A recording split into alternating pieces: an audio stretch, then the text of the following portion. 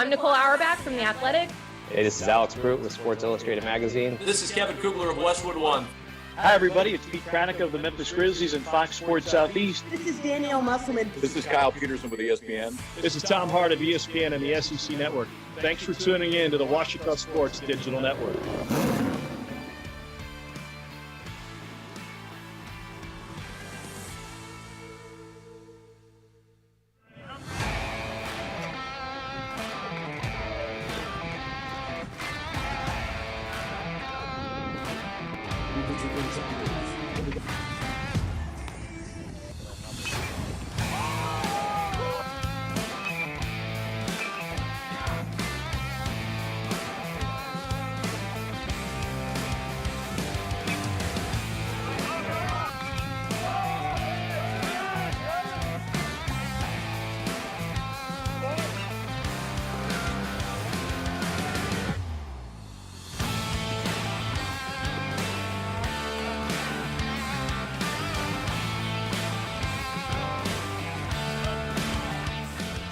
Good afternoon and welcome to a midweek edition of Washita Tiger Baseball on the Washita Sports Digital Network. We are at a beautiful sunny afternoon at Rab Rogers Field on the campus of Washita Baptist University for the first of 5 meetings this season between the Washita Tigers and the Henderson State University Reddies. The Reddies took the not-so-long trip across Highway 7 for the first of 5 matchups. 2 of these will be midweek games, as is today's, and won't factor in the conference standings. The 2 teams will meet later in the season in a 3-game GAC series. This is Chris Babb sitting in for Chase Hartzell till he finishes the test and gets down here, and we'll go over the starting lineups and set things up for you after the national anthem. Let's pause this time for the national anthem here at Rab Rogers Field, and we will get things underway.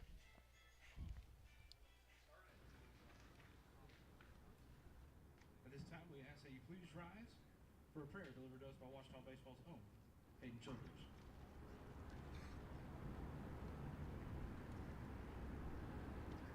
Dear Lord, thank you for this beautiful day. Thank you for this opportunity to play this great game of baseball. Prevent those of injury, and no matter what, we give glory to you, God. Thank you for sending your son to die on the cross for our sins. In Jesus' name, amen. And we ask that you please remain standing for the playing of our national anthem.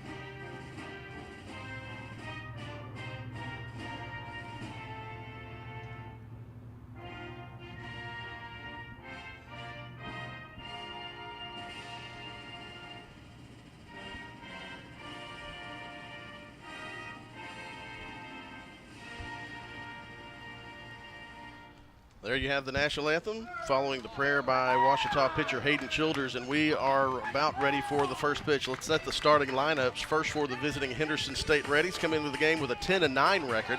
Head coach Cody Hooten, assisted by Alan Hall and Hayden Simpson. Henderson State will be led off by Nate Moore, a 5'8 sophomore infielder from Texarkana, Texas. He'll bat first and play center field. Batting second, playing third base, Caden Argenbright, 6-foot senior from Sulphur Springs, Texas. Batting third and playing second base, Luke Farah, 6-foot junior from Calhoun, Louisiana. Batting fourth and playing first base, Luke Rice, a 6'1 junior from North Little Rock, Arkansas. Batting fifth and catching, number 19, Austin Scritchfield, a 5'11 junior from Cabot. Batting sixth, the DH, Mitchell Siegel, a 6'1 junior from Frisco, Texas. Batting seventh and playing right field, Julio Vasquez, a 6'2 junior from Cambridge, Ontario. Batting eighth and playing left field, Cal Jones, a freshman from Texarkana, Texas. And batting ninth and playing shortstop, Logan Coward, a 5'10 redshirt senior from Corinth, Texas. On the mound for Henderson State, today will be Ryan Galvin, 2-2. This is his 6th start, 5th appearance. On the mound for Ouachita, as you take a look at the freshman, Kaiser Smith. Kaiser Smith getting his first start of the season, his 5th appearance, 1.50 ERA, 6 innings pitched, giving up 3 hits, 7 walks, and 7 strikeouts. 1 run on the season given up. That was earned. Has hit 1 batter, and opponents are batting .158 off of Smith. Smith got some relief work in last week's midweek game against Delta State. Had a good outing against the Statesmen. We'll set the defense for Ouachita. First around the infield, left to right. Playing first base. Kian Terrio playing third base. Dustin Bermudez at short. Wesley Scott at second base. And Colin Lyles at first. Left to right around the outfield. G. Allen in left field. Talon Heine in center. And Joseph Boland gets the start in right field. The battery for Ouachita. Mentioned Kaiser Smith on the mound. And Mikey Quinones gets the start behind the plate for Ouachita. Nate Moore steps into the box for the Reddies. Moore batting .304 on the season with 17 hits, 1 double, 1 triple. Henderson coming off of a 1-2 weekend against Arkansas Tech. In that 1 win for Henderson, Moore had 3 hits to lead the Reddies, 3 of the 8. First pitch swinging. Fouls that one out of play, and we are underway at 1:59 p.m. on a beautiful afternoon in southwest Arkansas. It's the first time the sun's been out in a few days, and probably the last time we'll see it for a few days as well. The 0-1 pitch coming from Kaiser Smith. Took some off of it. Fouled just out of the reach of Quinones behind the plate. Again, glad you're with us today for this midweek non-conference game between the Tigers and Reddies. Kaiser Smith gets the start, the freshman, with an 0-2 count to Nate Moore. The 0-2 pitch low for ball 1. Beautiful day. We expect a good crowd to file in as the afternoon goes on. The 1-2 pitch coming from Smith. Breaking ball right back up the middle, but snared by Wesley Scott at second base. The freshman gets the first put out on the L4, and Nate Moore is retired. That brings up the third baseman, Caden Argenbright, 6-foot senior from Sulphur Springs. Argenbright batting .290 on the season. 20 hits on the team, the second in hits for the Reddies. Stands in from the left side to the righty, Smith. Fouls that one right back to our net, right above the microphone that you heard there. Thankfully the net was there. That would have been in the booth with us. Argenbright, one of 3 lefties in this Reddy lineup that will face the freshman righty Kaiser Smith. Smith, a 6'1", 165-pound freshman from Stonewall, Louisiana, Calvary Baptist. The 1-1 pitch into left field. Is it going to stay fair? It is, and that's got a chance for 2 as Argenbright rounds first and will get into second with a stand-up double. Cade Argenbright is the first hit of the game as he reached out and touched that one and put it in the perfect place. It was fair by a foot. Halfway between Terrio at third and Allen in left field, and enough for a double. It's not how hard you hit it, it's where you hit it, and Argenbright put that one in a perfect spot to be at second base with 1 out. And now Luke Farah. Farah swinging on the first pitch he sees. That's down the right field line, drifting. Is it going to be foul? It is. Joseph Boland gives chase. Can't make the catch, slides in the warning track. And so Luke Farah in the hole 0-1. Farah, a 6-foot junior from Calhoun, Louisiana.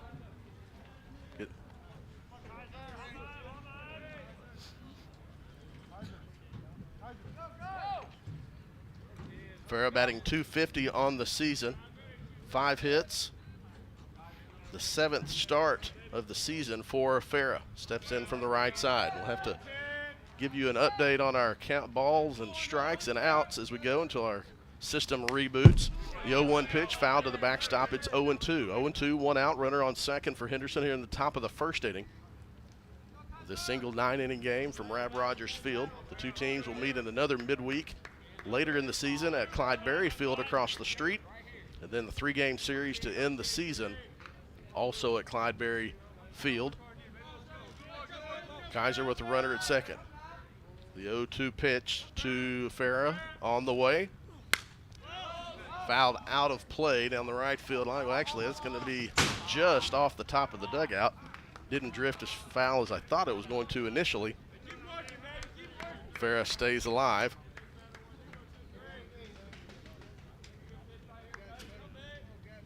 No balls, 2 strikes.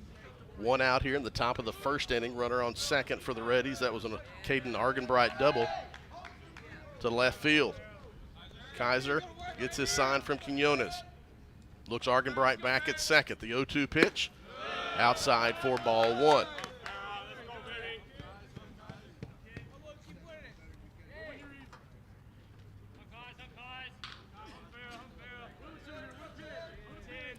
One ball, 2 strikes. Quinones sets up outside. The 1-2 pitch, pop up in the infield. You've got Kaiser Smith calling for it. Quinones, the catcher, calling for it. Quinones wins out on that one and makes the catch. I believe they said that was in fair territory. So now 2 outs for Luke Rice. Luke Rice, the first baseman, junior from North Little Rock, Arkansas. Steps in with man in scoring position. Kaiser Smith trying to get out of this one unscathed. After the 1-out double from Argenbright, fastball is just outside. Hit the target. I believe Quinones was set up just a bit outside. Dustin Bermuda, as you see on your screen there, the shortstop, giving some signs to the Tiger defense. Smith, the 1-0 pitch. Catches the outside part of the plate for a called strike 1, so the count is even to the Reddy first baseman. Rice leads the team in batting average of .353, also leads the team in hits with 24, has 11 RBIs, second on the team to Argenbright. The 1-1 pitch, foul ball out of play. The count is now 1-2 to the lefty from North Little Rock.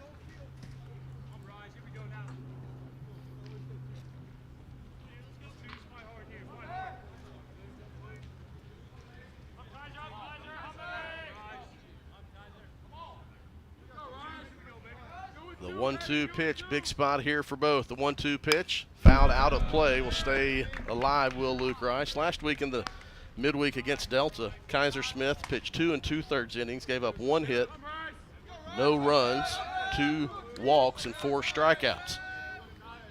He'd like to get his first of the day here to end the thread in the top of the first. The 1-2 pitch from Smith, inside for ball 2, and Rice with good plate discipline there to run that count even at 2 balls, 2 strikes, and 2 outs. Argenbright stands at second after the 1-out double down the left field line.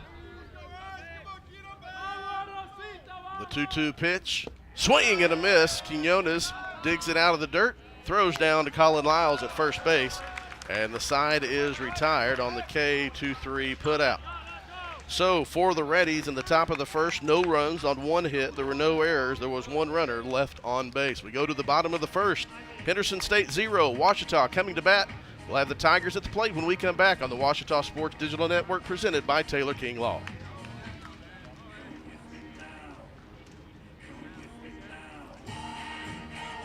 At Taylor King Law, we understand that being injured can be a stressful and overwhelming experience. And that's why we're here to help you every step of the way. As your dedicated legal team, we'll stand by your side when you're being ignored. We'll be on your side to fight for the compensation you deserve. Don't let the insurance companies intimidate you. Let us go to work for you.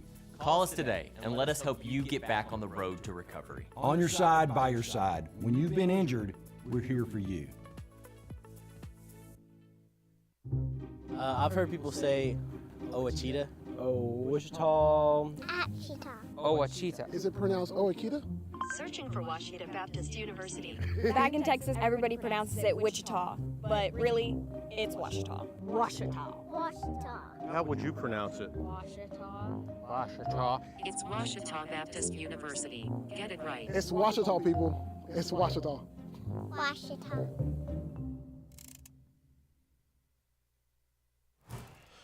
Back to Rab Rogers Field on the campus of Ouachita Baptist University. There you got a look at Ryan Galvin, the starting pitcher for Henderson State. This is Galvin's 6th appearance, his 5th start.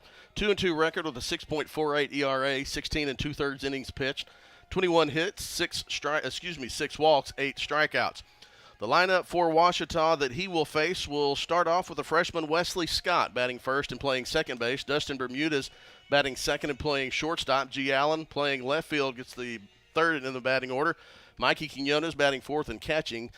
Kiera Ontario, Talon Heine, Colin Lyles, Joseph Bolin, and Andrew Cox round out the lineup. Cox gets the start at DH for Ouachita today. Wesley Scott stands into the box to get things going. The freshman bats from both sides of the plate. He's averaging .333 on the season.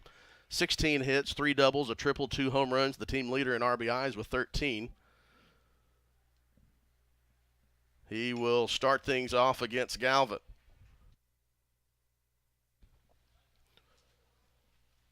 Ryan Galvin, a 5'10 senior from Texarkana, Texas. Scott, a 6', 185-pound freshman from Dallas, Texas to Lake Highlands. The 0-1 pitch, a breaking ball, misses outside, evens the count at 1-1.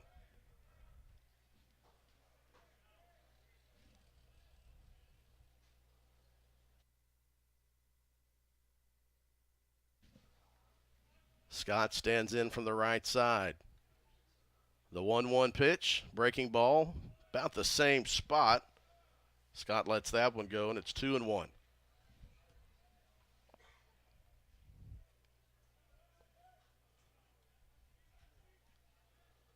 The 2-1 pitch from the lefty, Ryan Galvin.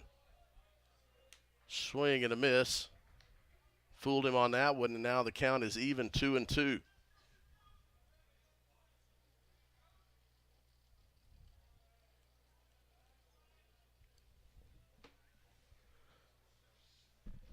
Scott, the leadoff batter in this Ouachita lineup today. Trying to get things going for the Tigers. Galvin trying to retire him. The 2-2 pitch, breaking ball, swing and a miss. Dug out of the dirt by the Henderson catcher. Austin Scritchfield, the throw down to first, is in plenty of time, and so it's a strikeout, 2-3 for the first put out of the inning. And that'll bring up Dustin Bermudez, senior righty from Chandler, Arizona. Getting the start at shortstop. Bermudez batting .298 on the season. 17 hits, tied for the lead on the team with Talon Heine. 6 doubles with the team lead. No triples, does have a home run, 8 RBI on the season. He lays off the first one he sees from Galvin. 1-0 the count. They play Bermudez straight away.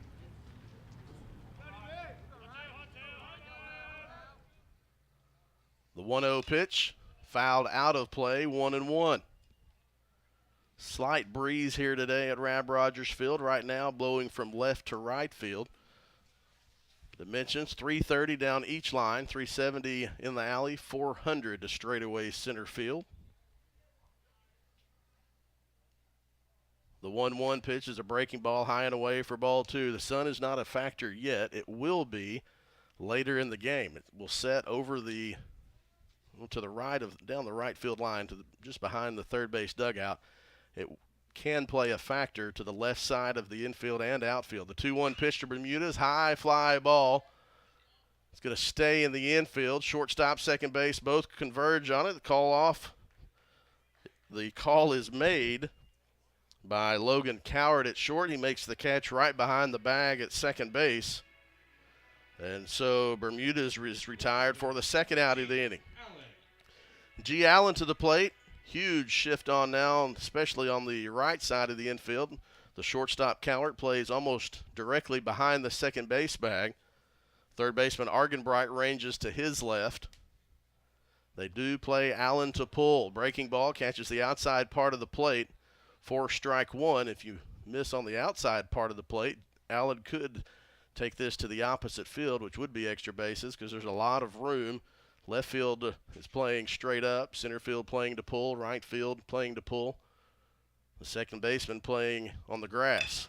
That's not going to matter. That's a shot. It's going to get down. Nice cutoff by the right fielder for Henderson State, Julio Vasquez.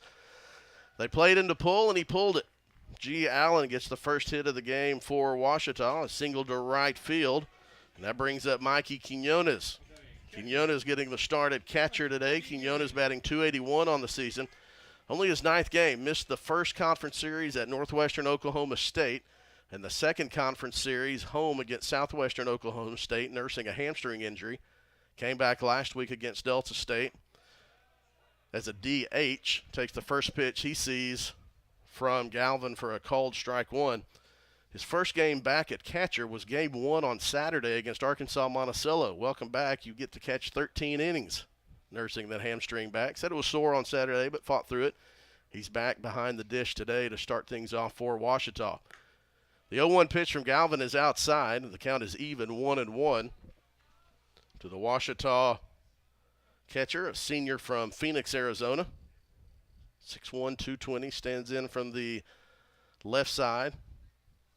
Got to start at first base in the rubber match with Arkansas Monticello on Saturday. The 1-1 pitch, fastball low for ball 2. Ouachita's won 2 straight, had a tough 4-3 loss in 13 innings to the Boll Weevils on Friday. Bounced back Saturday to win the series with a doubleheader sweep, 10-2 in game 1, 1-0, 1-0 in game 2. The 2-1 pitch, breaking ball, starts on the middle part of the plate and broke to the right-handed batter's box. Quinones couldn't hold off, and now the count is 2-2. 2 balls, 2 strikes, 2 outs here in the bottom of the first inning. G. Allen stands at first. He's there with a 2-out single. Galvin trying to get the Reddies back in the dugout. The 2-2 pitch, shot right at Luke Rice, who snags that one. The line drive, if it had been about a foot higher, could have gotten over the outstretched glove of Luke Rice. Needed to be pretty high, though, because Luke Rice stands at 6'1", and his reach was a little bit higher than that. So the Tigers have no runs on 1 hit. There were no ready errors. 1 runner left on base. We've played 1, no score. Back to Rab Rogers after this timeout on the Ouachita Sports Digital Network, presented by Taylor King Law. The central and midwestern U.S. averages more than 850 tornadoes each year, and lately, the number of floods has been rising in the region too. So chances are, there will be more twisters and floods near here again. And between school, sports, and social lives, chances are, you won't be with your kids when it happens. Will they know what to do? Ready.gov/kids has all the educational tools and information to make the conversation easy. When the time comes, chances are they'll feel prepared, not scared. So talk with your family today. Hey world, I have a quick message. It's about safe driving. All right, let's go. Anytime you're driving, have the seatbelt buckled tight. Both hands on the wheel and your phone out of sight. When not in your hand, trying to text somebody back. Because if you do, your car might get smacked. The moral of the story, just put your phone down. The people on the road will stay safe and sound. Put your phone down, put your phone down. People on the road will stay safe and sound. Yeah.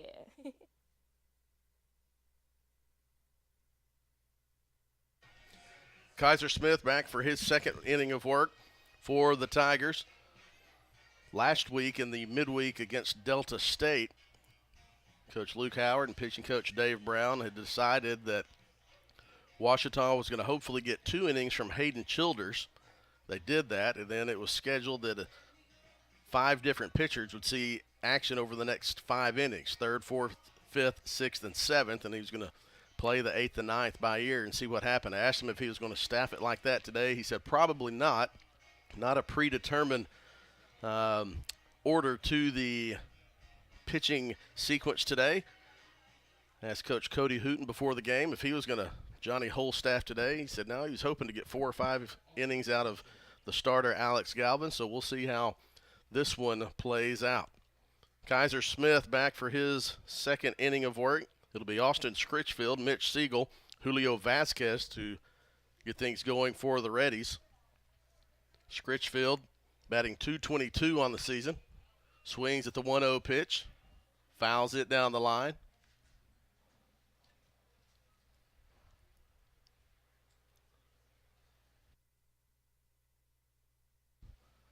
The 1-1 pitch from Smith. Upstairs for ball 2. There you get a good look at Scritchfield stepping in the box. 5'11 junior from Cabot, Arkansas. The 2-1 pitch from Kaiser Smith. Turned on that one, did Scritchfield, but foul. The count is even at 2-2. See Ouachita head coach Luke Howard there in the background of your screen. Pitching coach Dave Brown to his left, our right. The 2-2 pitch from Kaiser Smith. Too much on that one, lost it, and the count is full. Cody Hooten in the third base box for the Reddies. The head coach in his 14th season for Henderson State. Assistant coach Alan Hall in the first base box for the Reddies. Full count to the leadoff batter here in the second inning. The 3-2 pitch. Fouled that ball off, and there was not an immediate call. Quinones caught it and turned and indicated to the umpire that he had the ball. The umpire indicated that Scritchfield did get just enough of that to register as a foul ball. Quinones holds on to it, and so that's the first out of the inning, the second strikeout for Kaiser Smith. Mitch Siegel stands into the plate from the left side. Siegel, 6'1" junior from Frisco, Texas. Spelled S-C-C-Z-Y-G-I-E-L. Asked Coach Hooten before the game and said, you figured out how to write that one. High fly ball on the 1-0 pitch to left field. G. Allen camps out under the ball. High fly ball finally makes its way down into the glove of G. Allen, and Siegel is retired on the F7 for the second out of the inning. He asked me, Coach Hooten asked me if I knew how to spell it, and I said I don't have to spell it. I just have to say it, and thankfully Cortland Haygarth and the Henderson State Athletic Communication staff have a good pronunciation guide. 2 outs now for Julio Vasquez, the right fielder. Vasquez, a junior from Cambridge, Ontario, batting .263 on the season. 1-0 count now to Vasquez. The 1-0 pitch catches the inside part of the plate for strike one. I will have to, I just got a bug in my ear. Coleman Callan, who was doing our graphics, did remind me that he did have to type in Mitchell Siegel's last name. So the 1-1 pitch is right down the middle for strike two. So if it was spelled correctly, kudos to Coleman. If it wasn't spelled correctly, then it's my fault. Kaiser Smith trying to get through this one quickly. The 1-2 pitch is low for ball two, and Vasquez holds off.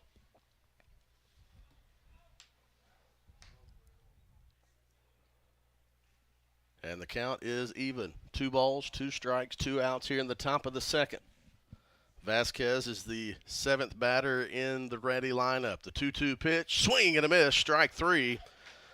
2 strikeouts in the inning for the Ouachita freshman Kaiser Smith. The Reddies go 1-2-3. No runs on no hits, no errors, no runners left behind. We go to the bottom of the second. Tigers will have the 5, 6, 7 batters up in the order. Kieran Terrio, Talon Heine, Colin Lyles. When we come back to Rab Rogers Field, you're watching Ouachita Tiger Baseball on the Ouachita Sports Digital Network presented by Taylor King Law. I'm Sandra, this is Jorge, and we were adopted in 2019. I remember when they first came to us, Michael was already a teenager. The whole cliche of they're so lucky to have you guys, and it's the other way around. They have changed our family for the better. They chose to love us. They didn't have to. They chose us. Family. Learn about adopting a teen from foster care. You can't imagine the reward. Visit adoptuskids.org. Owned by OBU alumni, Java Primo is the official coffee house of Ouachita Tiger football. At Java Primo, amazing coffee is just the beginning. Try our great options at breakfast, lunch, and dinner, and don't forget about our amazing desserts. Also, shop Java Primo's gift selection 24/7 online at javaprimo.com. Go Tigers! Go Tigers! 5, 6, 7 for the Tigers as we start the bottom of the second inning. Ryan Galvin back out for his second inning of work for the Reddies. He retired the Tigers with no runs on 1 hit. Both teams, no runs on 1 hit, no errors so far through 1.5. Kieran Terrio steps in. To the box, the 5'11", 175-pound senior from Vicksburg, Mississippi. Terrio had made his mark last weekend in the bottom of the 9th inning of Game 1. Tigers were trailing 3-1. As he sees the 1-0 pitch, fouls it back to the net. Tigers were trailing 3-1 with a runner on and one out in the bottom of the 9th inning. And Karen Terrio tied the game up with a 2-run homer to left field. That was his first of the year. Second of the year. The 1-1 pitch misses high and outside for ball 2.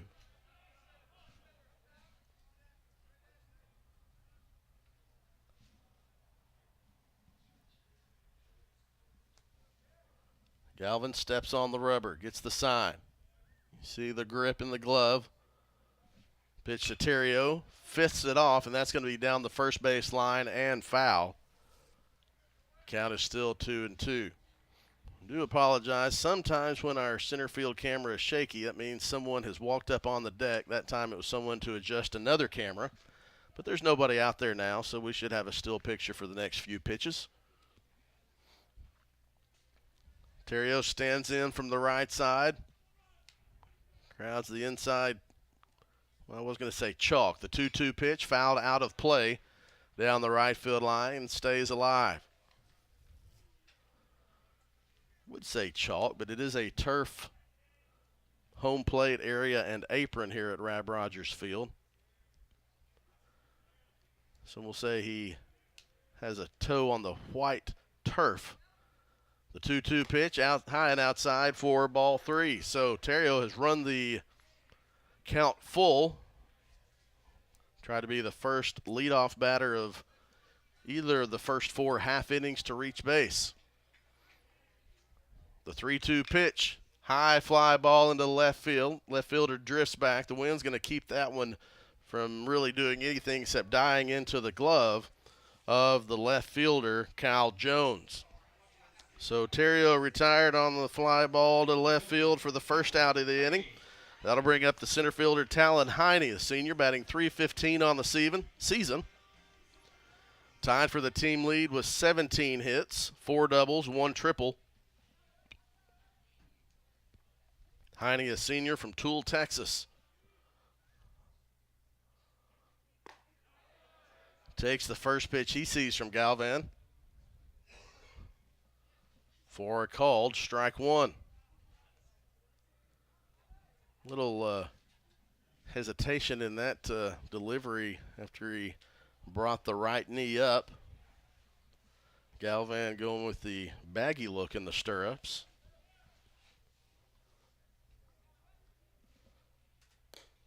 Lost that one. Fastball high for the first ball. 1 ball, 1 strike, 1 out to number 11. 1's across the top of the board on the scoreboard here at Rab Rogers Field. The 1-1 pitch, breaking ball, nice pitch from Ryan Galvan, and that falls in there for a called strike 2. So now Heine will have to protect with 2.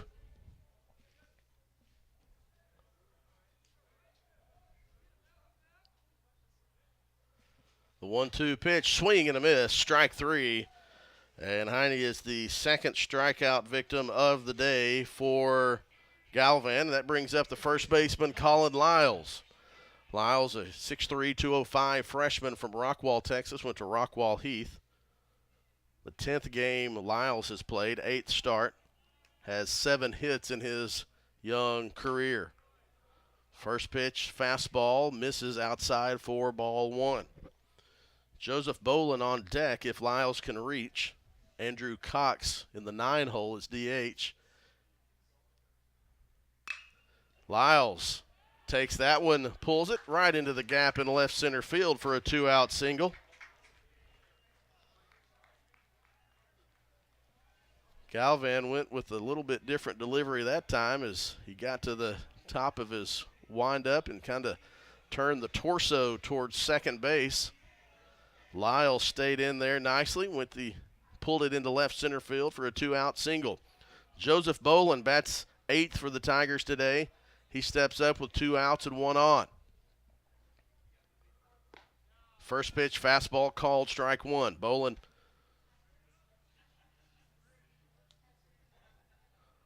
sophomore from El Dorado, batting .258 on the season. The 11th game he's played, 10th start. The 0-1 pitch catches the inside part of the plate for strike 2. The board has 1-1, but I do think it is 0-2. Could have completely missed the first. Yep, there he goes. 0-2 is the count. So Galvan is ahead in the count 0-2, and in command here at this at-bat. Bolin will have to protect from the front of the box. The 0-2 pitch, high and outside for ball 1. So 1 ball, 2 strikes to Joseph Bolin.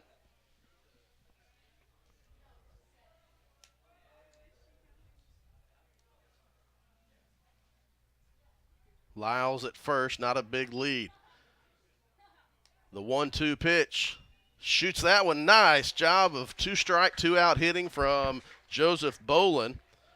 The Tigers string 2 hits together. 2 base hits to left field.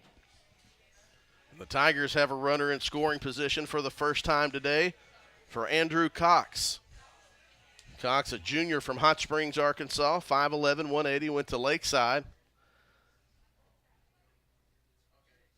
He'll step in with 2 outs, but not before we have a visit to Colin Lyles at second base from head coach Luke Howard and athletic trainer Ashley Harris. And there is a plane flying very low towards downtown Arkadelphia. That's a beautiful day for flying. There are plenty of pilots in the town of Arkadelphia. That is a crop duster that is going, spraying the crops just on the other side of the river. I'm not going to lie, that caused me a little pause there for a minute when I saw that plane just over the center field wall, but there are crops on the other side of the river, just on the other side of campus, and that's what that one's doing. The umpires have gone out to talk there. You see Coach Howard talking to Lyles, athletic trainer Ashley Harris on the right. Lyles convinces the crew that he's ready to go. And we will be back to action. Kind of give you a reset. 2 outs. Now Hayden Simpson, assistant coach for Henderson State, will come out and talk to Ryan Galvan. Galvan was cruising, had retired the first 2 Tigers. Ryan Terry on a fly ball to left field. Talon Heine on the strikeout. Had Lyles at a 2-strike count and had a single to left field. Had Bolin at a 2-strike count out, and Bolin turned on one and pulled one into left field. And now Andrew Cox steps in. Cox, 7th appearance for Cox. 4th game he started, 11 at-bats, 2 hits in those 11 at-bats.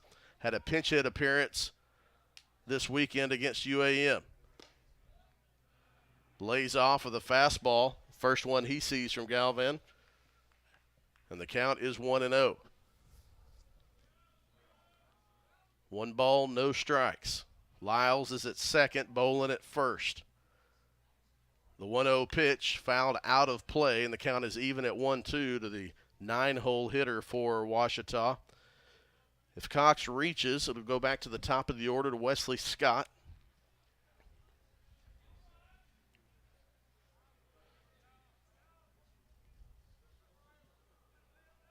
One ball, 1 strikes, playing with straightaway. Outfield relatively shallow for Cox. The 1-1 pitch, breaking ball inside for ball 2. It's a good breaking ball from Galvan. The catcher might have not helped the cause by drifting to his left to catch that one. The 2-1 pitch, ground ball, range. Argenbright, nice job of fielding that one, ranging to shortstop. Ranging towards second base, Cade Argenbright snags that one, and his momentum had him throw the ball to second base to force Bolin out at second for the 3rd out of the inning. That's recorded, 5-4. So Cox technically reaches on a fielder's choice, and that is how the 2nd inning ends. No runs on 1 hit, no errors for the Reddies. No runs on 3 hits, no errors for the Tigers. After 2 complete, no score. Back for the 3rd after this timeout on the Ouachita Sports Digital Network, presented by Taylor King Law.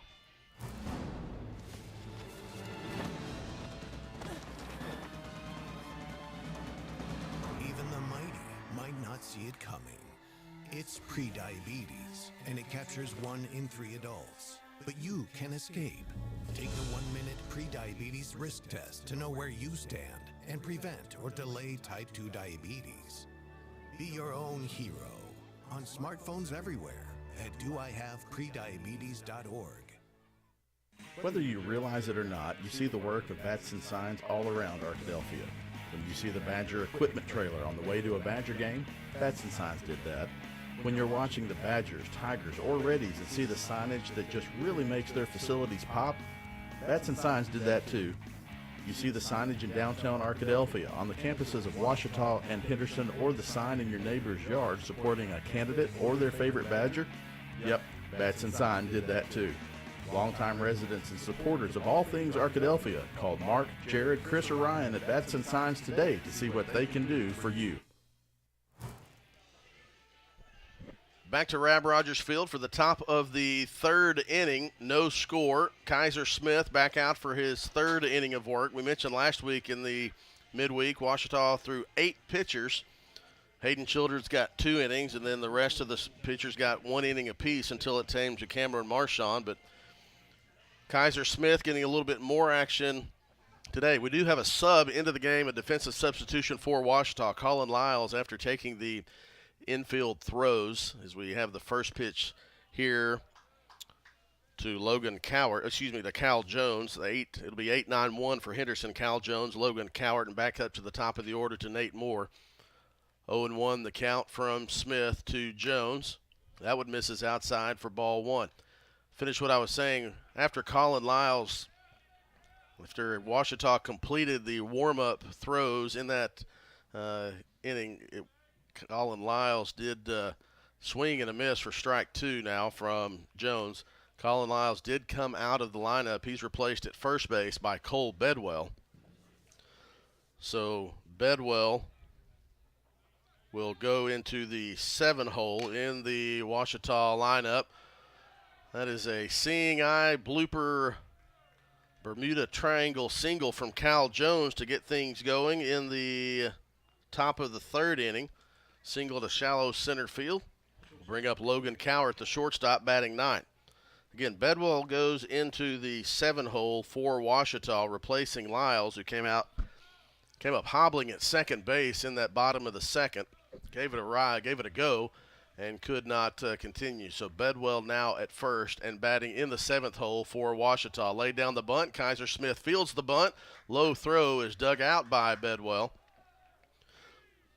So Jones advances to second. Cowart out 1-3 on the sac bunt for the first out of the inning. So now a runner in scoring position for Nate Moore.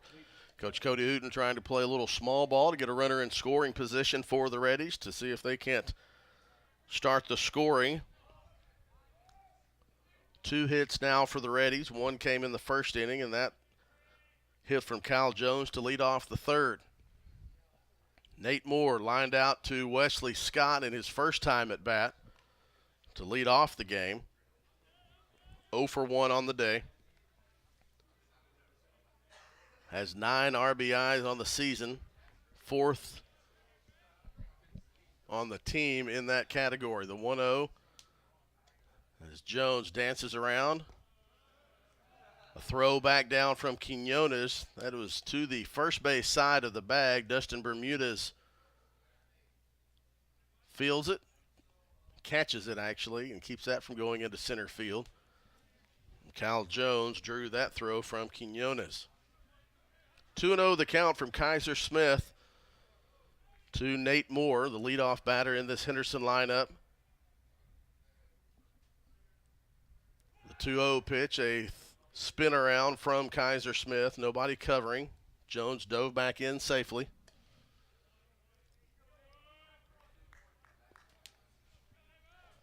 Moore, a 5'8" sophomore from Texarkana, Texas. The start in center field today. The 2-0 pitch, the runner goes. It was a hit-and-run situation, a foul ball.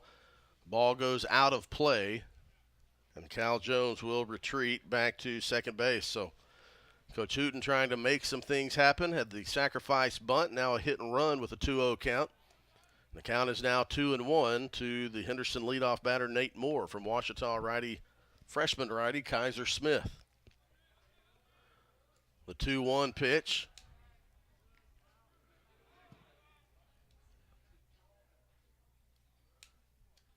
So now the count is going to be 3-1 now, because you can't have a second pick without a throw. And so now Kaiser Smith now faces a 3-1 count to Nate Moore. The 3-1 pitch, ground ball to Bermudez. Fields not going to be able to get the runner at third, obviously, as the ball was hit behind him, but it is a 6-3 put out for Nate Moore, or 6-3 put out of Nate Moore. Bermudez charged it nicely, fielded on the short half. Jones was off on contact since the ball was behind him. And now Caden Argenbright stands in the left-handed batter's box with a chance to give Henderson a lead. He is the team leader in RBIs with 19. 2 outs. Fastball catches the outside part of the plate, 4-1. Quinones was set up in a perfect spot. Smith hit that spot, and it's 0-1 to Argenbright. Argenbright had a double in the first inning, swings at that one, fouls it off of his leg, and so now Kaiser Smith is ahead in the count, 0-2. That double was not a gapper. It was a fastball away that Argenbright did a nice job of hitting and flicked it over Kieran Terrio at third base into no man's land down the line. First runner at third base for either team today. The 0-2 pitch. Quinones was set up outside. Smith hit the target. Argenbright did not go fishing, and so the count is now 1-2. So the Reddies senior third baseman. The 1-2 pitch. Foul ball back to the backstop. Caught a little bit of Quinones. The home plate umpire was going to walk out in front of the circle and give Quinones a minute, but Mikey said he was good. We'll step in there. Argenbright will do it again, 1-2. Kyle Jones at third. 1 ball, 2 strikes, 2 outs here. Talon Heine shifts towards left field. The 1-2 pitch is just outside for ball 2. Nice plate discipline from Argenbright, you would expect from a senior. Laid off of that one. So now we're we're even at 2. 2 balls, 2 strikes, 2 outs.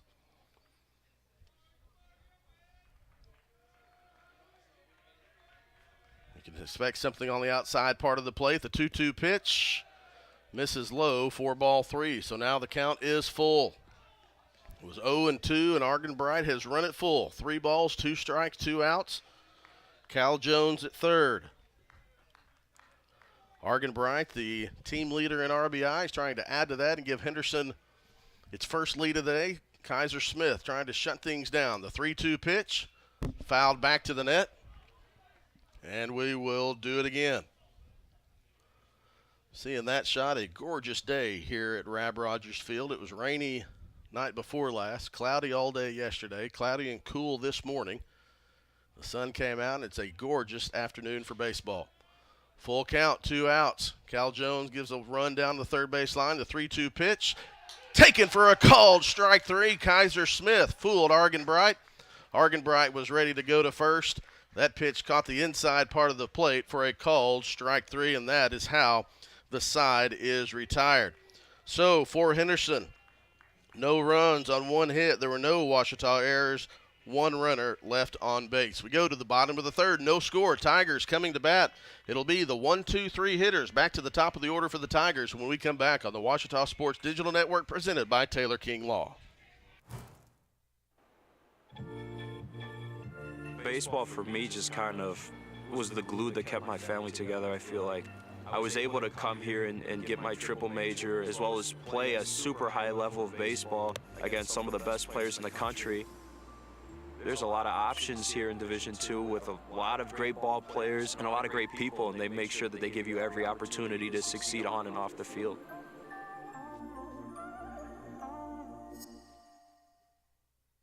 I'm Rex Horn, the Interim Executive Director of the Arkansas Baptist State Convention, and today I'm joined by my friend Dylan, who's an attorney with the Arkansas Baptist Foundation, with an important word for you.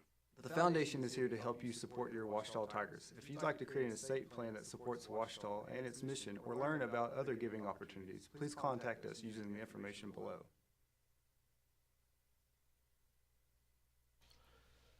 Back to the top of the order for Ouachita. Wesley Scott, Dustin Bermudez, G. Allen. Chris Babb here with you from Rab Rogers Field, sitting in for Chase Hartzell, who will join us after he finishes a test. You know, that class thing. You know, got a test and have to miss some of a baseball game. Chase, one of the seniors in our OSDN student production program, student sports production program. Wesley Scott swings at the first pitch he sees, ropes it foul down the third base line. Coleman Callan in the truck today. Isaac Bourne also helping us out today. Katie Tosh has some other students who will join us when their 2 o'clock classes let out. Glad that you're with us today. The Tigers will be on the road in Russellville this weekend. Henderson State faces Southern Arkansas. Wesley Scott, they're going to appeal to first base, and don't know if they really needed the appeal. First base umpire says he did go, and so Scott is now in the hole 0-2. Came into the game batting .333, leading the team. Struck out on a breaking ball in the first inning that the catcher, Austin Scritchfield, dug out of the turf and threw down to first base.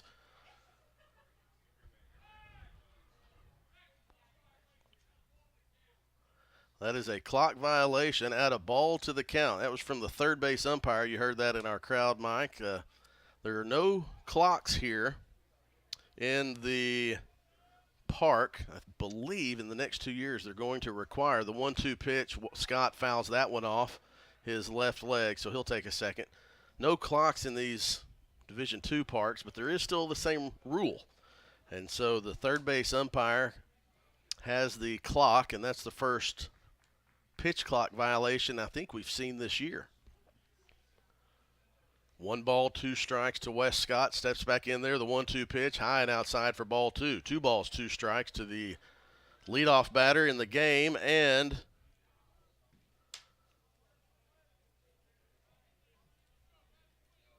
the second inning.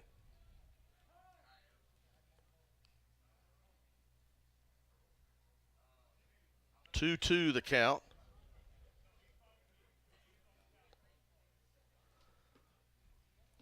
Microphones help us out so much. Batter called time because he was confused on the count. Count is correct at 2-2 now. The 2-2 pitch, breaking ball outside for ball 3. You heard Coach Hooten asking if that was a conference, and it was not. He was confused because of the count. We're back to action. 3 balls, 2 strikes to Wesley Scott, the freshman second baseman for Ouachita from Dallas, Texas, Lake Highlands. The 3-2 pitch from Galvan. Swing and a miss. Strike 3. Got him with the high heater. And Scott is retired for the first out of the inning. It'll bring up Dustin Bermudez, 5'11", 165-pound senior from Chandler, Arizona. Start at shortstop. Would like to say hello to Brad Bettis, a former Tiger baseball player. Tuned in this afternoon from Hot Springs. Says, let's go Tigers. We'll take that. Bermudez takes the first pitch he sees from Galvan. Hesitation at the top of his leg kick there again. Trying to throw the batter off. Bermudez took the pitch, and it was outside. The 1-0 pitch. Swing and a high fly ball down the left field line. That is out of play. The dog is safe. The owner had no clue where the ball was, but she's just thankful it didn't hit the pooch. Pretty dog down there down the left field line. Glad it didn't get hit by that foul ball. 1 ball, 1 strike, 1 out to Dustin Bermudez batting second. The lefty Galvan, the 1-1 pitch, breaking ball low and inside for ball 2. G. Allen on deck for Ouachita. Both of these teams at 5-4 in conference play. The 2-1 pitch, shot right at Argenbright. Hard hit ball. That's the 4th one of the day for Ouachita. Second one that's been right at a fielder. Luke Rice caught a hard line drive from Quinones in the first inning. Caden Argenbright catches that hard line drive from Bermudez in the third inning. So now G. Allen to the plate. He singled to right field in the first inning. The shift is on again. The second baseman for Henderson State, Luke Farah, playing in shallow right center field. Rice hugs the line at first. The shortstop, Cowart, will end up most likely closer to behind the bag at short than he normally would. You'll probably see him range to his left a little bit. Not as much as he did last time, though. The 0-1 count to Allen holds off of that breaking ball. And talking to Coach Howard and also Coach Hooten and a couple others at Henderson, Southern Arkansas is 9-0 in conference. That's who Henderson plays this week. As Galvan's 1-1 pitch comes, that's outside, 2-1 to G. They're not going to throw him anything on the inside half of the plate, that's for sure. Southern Arkansas 9-0. There are a couple of teams, East Central, Southern Nazarene, at the bottom of the conference, but the rest of the conference is probably going to be jumbled up from about the fourth place down to 10. That is a hard line drive into right center field. G. Allen 2 for 2 on the day, a 2-out single. The second straight 2-out single for G. Allen. Gets the order to Quinones. But, yeah, I could foresee in this GAC race. Obviously, we're just 3 weeks into it, and a lot of things can happen. Ouachita and Henderson both have won 2 series, 2-1, and lost 1, 1-2. But I can see the spots 4 through 10 really having only 2 or 3 games difference as we come down to the end of the season. That'll make for a fun GAC race down the stretch as the teams try to make it to Dickey-Stevens Park in North Little Rock. 1-0 count. Quinones, big hack at that one, swings and misses. Again, the GAC tournament will be at the higher seed. The top 4 seeds will host a series, and then the winners of that series will have a 4-team tournament at Dickey-Stevens Ballpark in North Little Rock, Arkansas. The 1-1 pitch, there's a throwback to first base.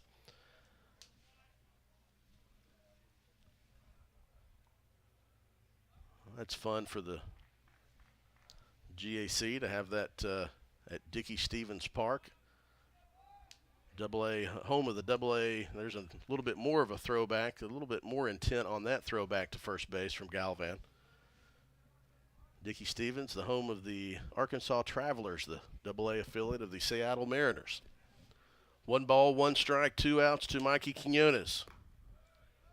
Breaking ball misses for ball 2. That was in the right-handed batter's box. We mentioned, sorry about the center field camera. Sometimes when people walk up on that deck, it starts shaking like it is right now.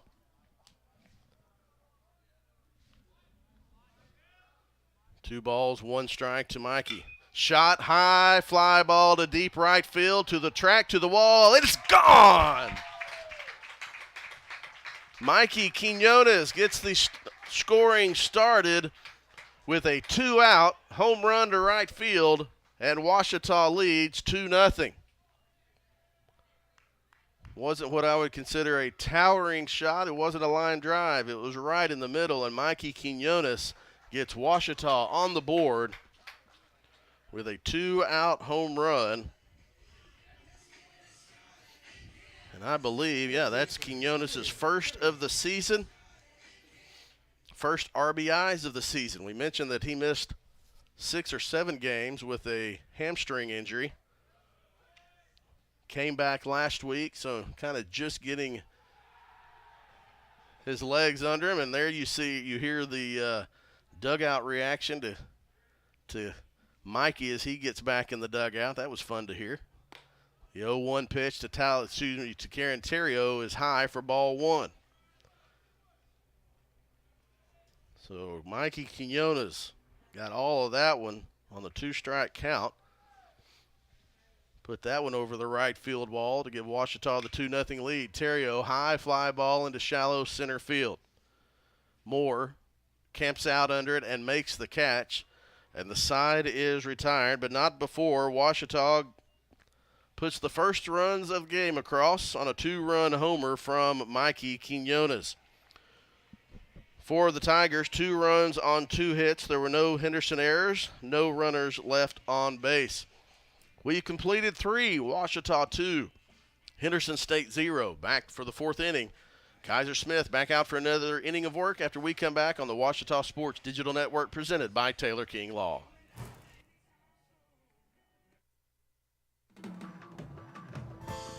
At Berry and Turnage, we specialize in bringing the law to your corner.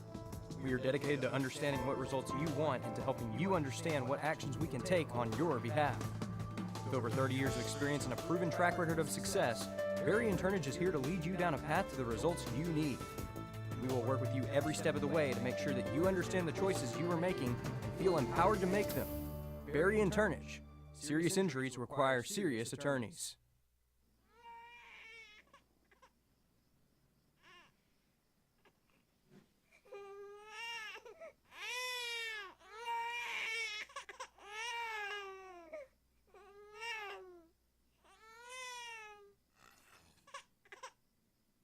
If you love them enough to suck the snot out of their nose at 4 a.m., then surely you'll check NHTSA.gov/the right seat to make sure they're in the right car seat.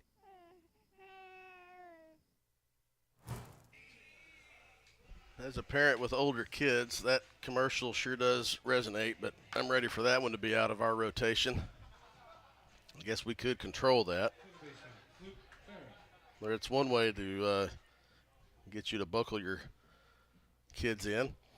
Luke Farah, Luke Rice, and Austin Scritchfield start things off in the top of the 4th for Henderson State. It's the 3, 4, 5 hitters for the Reddies. They'll face Kaiser Smith back out for his 4th inning of work. No runs on 2 hits, no errors for the Reddies. 2 runs on 5 hits, no errors for the Tigers. Farah squares around a bunt, pulls it back. Quinones thought that might have hit the zone regardless, but it did not. And so the 2-0 pitch is swung on and fouled out of play. Well, I've been overruled by the truck. Coleman Callan, our director today, says it's one of his favorite commercials. So I guess it will stay in the rotation. The 2-ball, 1-strike pitch squares around the bunt, pulls it back, and just misses again. Quinones has to ask where that one missed. It's 3-1 now. 3 balls, 1 strike to Luke Farah, leading off things in the 4th. He's the 3rd batter in the Henderson lineup. The 3-1 pitch from Kaiser Smith. Ground ball foul down the left of the 3rd baseline, and the count is full. No action in the Ouachita bullpen. There are 3 players in the Henderson bullpen. One had started throwing. Both of these coaches trying to extend their starters. The 3-2 pitch, low and outside for ball 4. So that is the first walk of the day issued by Kaiser Smith. It's the 2nd straight leadoff batter for Henderson to reach base. Cal Jones singled to center to start off the 3rd, but he was stranded at 3rd. Luke Rice stands in now. He struck out in the 1st. Ground ball off of the plate, fielded by Cole Bedwell in foul territory. Bedwell came in for Ouachita as a defensive substitution before the top of the 3rd inning when Colin Lyles couldn't go. He pulled up injured a little bit, hobbled into second base in the bottom of the 2nd. There the runner goes. And that was a stolen base off of Kaiser Smith as Mikey Quinones signaling to Kaiser, says you got to check your runner. Farah steals 2nd. And so now runner on 2nd with nobody out. 1-1 the count to Rice. The 1-1 pitch fouled out of play for strike 2. So 1 ball, 2 strikes. Nobody out here in the top of the 4th inning. There you get a good look at Luke Rice stepping in. Son of Johnny Rice, a former Ouachita Tiger, former boys basketball coach at North Little Rock High School. The 1-2 pitch to Rice, swing and a shot to second base. Scott fields it. The throw over to Bedwell at first. Retires Rice on the 4-3 putout for the first out of the inning. Farah advances to third. And so now Scritchfield steps in. He's 0 for 1 on the day with a strikeout. He'll try to put anything in play, anything to the right side. Ouachita's kind of playing up, expecting a bunt. Bermudez charges in from short. First pitch is a ball from Kaiser Smith. Terrio playing close to the bag at third. Bermudez not expecting a bunt, but you see him creep into your screen there. He'll come in from the right side of your screen, and he ends up playing even with the baseline or in the baseline. Try to cut down a hot shot to the left side. The 2-0 pitch from Kaiser Smith. There's the ground ball to Bermudez. He's got a chance to make the play at home, and he does. Nice shot from Bermudez to Quinones. Bermudez right is Johnny on the spot with a strike to Quinones behind the plate. Quinones applies the tag, and Farah is retired on the 6-2 putout for the second out of the inning. Scritchfield reaches on the fielder's choice, and that is exactly what Dustin Bermudez was hoping would happen. And it did. Nice play by Bermudez. He played even with the bag. Nice field. Immediate decision to throw home to Quinones, and now we have a throw over to first. Kaiser Smith says, yeah, you're not going to get 2 in a row on me. So Mitch Siegel steps in, the DH. He flew out to left field in the second inning. He bats with 2 outs and 1 on. Nice frame job by Quinones as that one caught the outside part of the plate. The count is 0-1 from Kaiser Smith. The 0-1 pitch. Fouled out of play, a breaking ball that started on the outer half of the plate and broke in on the hands of Siegel. Siegel, a 6'1 junior from Frisco, Texas. Batting .300 on the season, getting his 9th start of the season. The 0-2 pitch is high for ball 1. 6 hits on the season, 3 doubles and 3 RBIs. Half of Siegel's hits have been doubles. Wesley Scott at second base playing Siegel to pull. A lot of room up the middle. The 1-2 pitch hits Siegel. And so Scritchfield will advance to second. Siegel reaches on the hit by pitch. And Coach Luke Howard is going to call time and jog out to the mound to talk to his freshman pitcher. Henderson State has had a runner in scoring position in 3 of the 4 innings now. Caden Argenbright was stranded at second in the first. Kaiser Smith got Henderson 1-2-3 in the second. The Reddies did get Cal Jones to third base in the 3rd inning, but he was stranded there on a strikeout of Caden Argenbright looking.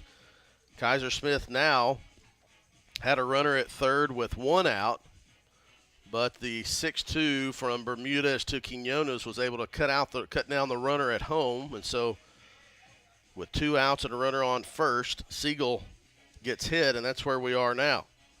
The conference was a quick one, and Coach Howard's already back in the dugout, and Kaiser Smith will try to get back in there. He'll face Julio Vasquez, struck out for the 3rd out of the inning in the second. He's 0 for 1. Vasquez batting .263 on the season. Stands in from the right side.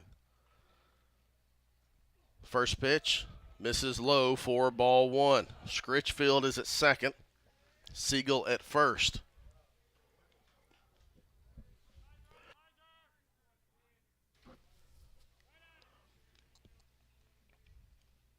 Kaiser looks at Scritchfield. A second look. The 1-0 pitch catches the bottom part of the zone for strike 1. So now the count is even.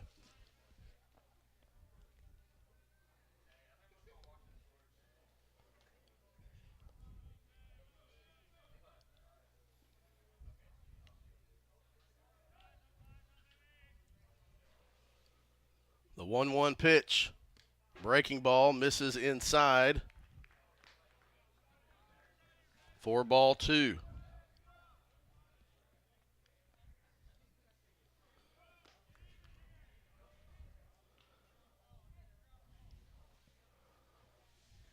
The 2-1 pitch coming from Kaiser Smith.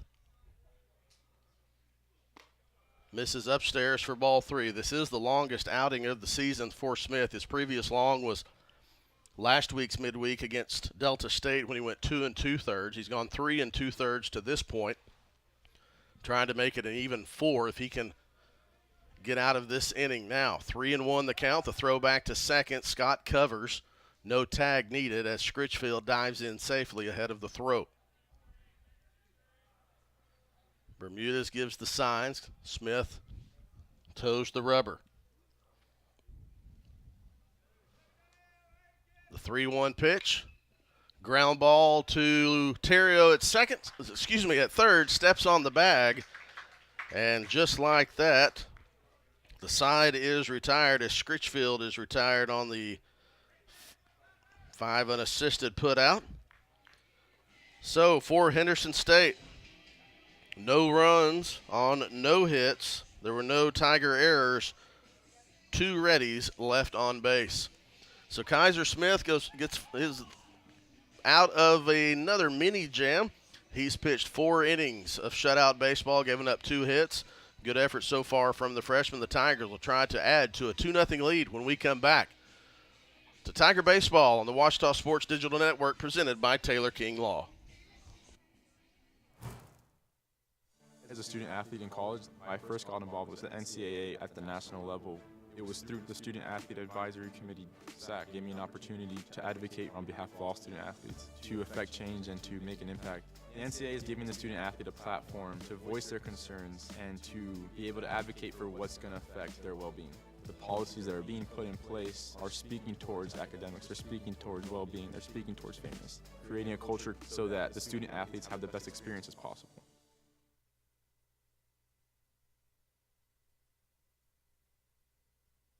Make Print Mania in downtown Arkadelphia your place to get embroidery, screen printing, trophies, and more. Drop by their store on Main Street in downtown Arkadelphia or visit their website at printmaniatees.com to see how they can help your business or group. Need a shirt for an event? Let Print Mania take care of that. Need promotional materials for your business or organization? You can let Print Mania take care of that too. A family-run local business in Arkadelphia, Print Mania has been serving the public since 1992. Call Print Mania today, 870-246-3803. 6-7-8 for the Tigers as we start the bottom of the 4th inning. Talon Heine, Cole Bedwell, Joseph Boland. First pitch from Talon Heine is another hot shot, but right at Jordan Cowart. Heine is retired on the L6 for the first out of the inning. He'll bring up Cole Bedwell. Bedwell entered the game as a defensive substitution in the top of the 3rd inning, replacing Colin Lyles. Bedwell, a 6-foot, 215-pound sophomore from Southlake, Texas, Southlake Carroll High School. 31 at-bats on the season. Batting 161. This is the 13th appearance of the season for Bedwell in the lineup. 1-0 the count.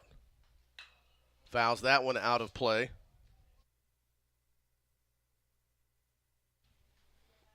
One ball, one strike, one out to Cole Bedwell. First time he has seen Galvan. Ryan Galvan has pitched well today, pitched fine. Only 5 hits through 3 innings. There was one big hit, and that was a 2-out, 2-run homer from Mikey Quinones in the bottom of the 3rd. That breaking ball misses just outside for ball 2. So 2-1 the count now to the Ouachita first baseman Bedwell. The 2-1 pitch called strike 2.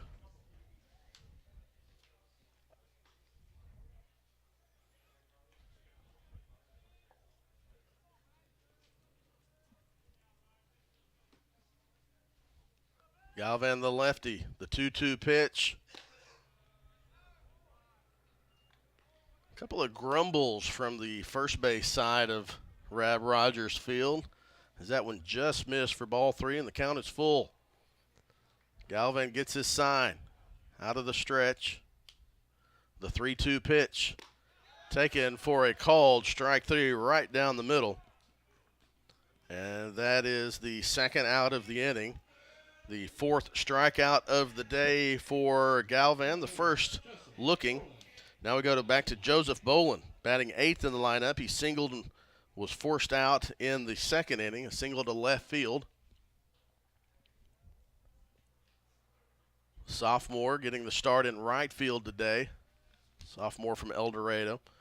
When Quinones was out of the lineup 2 weeks ago, Bolin got the starting duties several of those games behind the plate. The 1-0 pitch is taken for a called strike 1. He's getting the start in right field today. First start there. Isaac now, the normal right field starter, getting a break today in this midweek game. The 1-1 pitch is fouled back to the net. And the count is 1-2. 2-0 here, Washington in the bottom of the 4th inning. Tigers lead thanks to the 2-out, 2-run homer from Mikey Quinones. No runs on 2 hits, no errors for the Reddies. 2 runs on 5 hits, no errors for the Tigers. Galvan has worked quickly here in the bottom of the 4th, and he's going to try to get the Reddies back to the plate with a quick 1-2-3. The 1-2 pitch is a shot and another 2-out, 2-strike base hit from Joseph Bolin. The dugout gives Joe, I'm not going to call him Josh. He's been called Josh on some broadcasts earlier this season. Saw him in the cafeteria one day, and I said, "Hey, Josh." He said, "Well, the funny thing about it, that's my brother's name." He said, "My brother enjoyed that." So Joseph, 2 for 2 today. Now we go back to Andrew Cox, who had a fielder's choice in the 2nd inning. He bats with 2 outs here and a runner on first. If he gets on, we'll go back to the top of the order to Wesley Scott.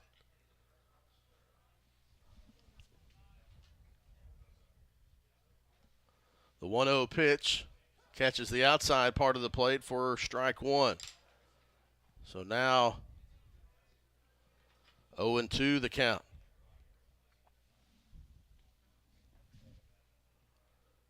The 1-1 pitch inside, that gets away from the catcher, and Bolin's going to be able to reach second without a throw. The 1-1 pitch was a breaking ball inside, bounced, and Scritchfield was not able to range quickly enough to the left to smother it. Went near the on-deck circle by the Ouachita dugout, so now the Tigers have a runner in scoring position. Cox has a chance to add to the lead. The 2-1 count taken on the outside part of the plate for strike 2. 2 balls, 2 strikes, 2 outs, runner on second. Bottom of the 4th, 2-0 Ouachita. 6 hits on the day for the Tigers. Cox would love to make it 7 if he can shoot something through the right side. There's a big hole between first and second. Big hole. The 2-2 pitch, breaking ball up and away for ball 3. Nice job by Cox of laying off of that one. Full count, 2 outs. You see Bolin getting his lead at second. The 3-2 pitch, shot right back at Galvan. Nice job fielding his position. Sharply hit, just right back at the pitcher, and Cox is retired on the 1-3 put out for the 3rd out of the inning. So no runs on 1 hit, no errors. 1 more runner left stranded. The Tigers have left 3 on base today. The Reddies have left 4. After 4 complete, Ouachita 2, Henderson State 0. Back to the Rab Rogers after this timeout on the Ouachita Sports Digital Network presented by Taylor King Law. I don't remember how it started. Our back and forth. It always came back. Dad! You probably don't remember what you told me. That was perfect. But I heard every word.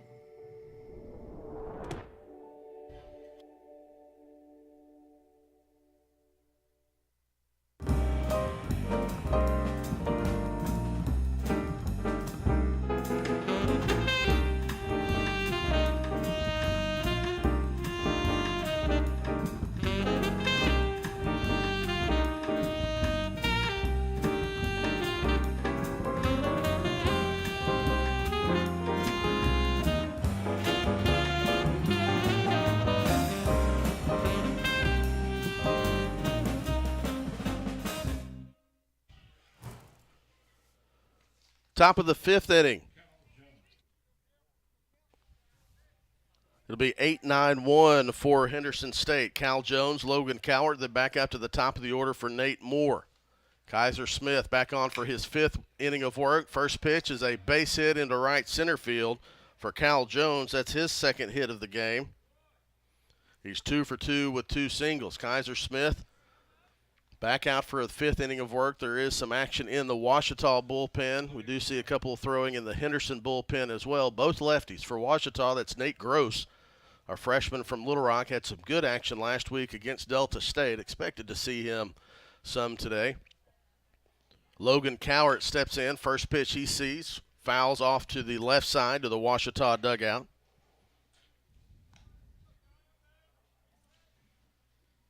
Coach Hooten calling the bingo signs out there. 1-2-2. Looking at his play card in the third base box. Alan Hall in the first base box. The leadoff batter is on again for Henderson. Throw back over to first. It's the 3rd straight inning that the leadoff batter has reached for the Reddies. Kaiser Smith has been able to work around that and leave each inning unscathed. Cowart had a sac bunt, swing and a miss for strike 2 from Logan Cowart. So now Kaiser head in the count 0-2. Go back to the top of the order to Nate Moore after this one. Throw back over to first. That was a little bit better. Kind of a deceptive move there from Kaiser Smith. Took the right foot off the rubber. It was a slow turn, but it was a nice hard throw in the right spot. Almost got the runner. The 0-2 pitch, swing and a miss, strike 3. And Cowart is retired via the strikeout. The 5th strikeout of the day for Kaiser Smith. We go back to the top of the order to Nate Moore. Lined out to Wesley Scott at second in the first. Grounded out to Bermudez in the second. 0 for 2. He'll try to get Cal Jones around and try to see if Henderson can't score its first run of the day. First pitch taken for a called strike 1. Now 2 throwing in the Ouachita bullpen. You have a righty and a lefty. Nate Gross is the lefty. The freshman looks like Hayden Childers also out there for Ouachita. He's the righty. Smith with another throwback. Henderson has a big lefty warming up in its pen. Try to catch a number on that. Can't really see the numbers as they're facing us. The 0-1 pitch from Kaiser Smith. Strike 2. I'm not sure if the umpire said he went or it was in the zone, but regardless, it's 0-2, and Kaiser Smith is ahead in the count. Trying to get the second out of the inning. The 0-2 pitch, swing and a miss on a breaking ball. The second strikeout of the inning. That's the second out of the inning. We go back to Caden Argenbright, the 6th strikeout of the day for the freshman Kaiser Smith. The freshman from Stonewall, Louisiana, went to Calvary Baptist. Longest outing in college right now is at 4 2/3 innings. He'll try to make it a complete 5. Throw back over to first. Cal Jones dives in safely, well ahead of the throw. Chris Babb here with you, sitting in for Chase Hartzell. He'll be down shortly after he finishes a test. The first pitch to Argenbright is fouled out of play. So now Kaiser Smith ahead in the count, 0-1.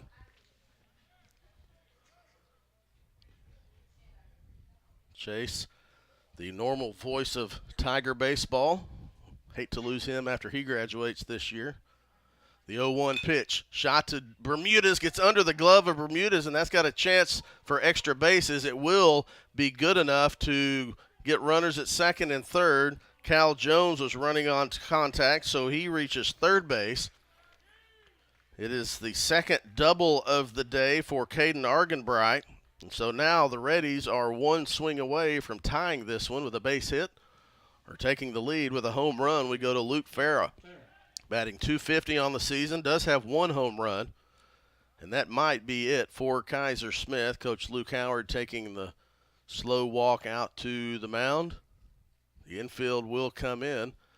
We do have Hayden Childers and Nate Gross ready in the Ouachita bullpen, it looks like. Coach Howard's going to talk to Smith. What an outing for Smith, though. He still is on the hook if this is the day for Smith. 4 2/3 innings. No runs, 4 hits. He is still responsible for the 2 runners on base. The umpire has made his way to the mound. Coach Howard's still talking to Kaiser Smith. And Coach Howard will go to the pen. And he's going to go with the righty.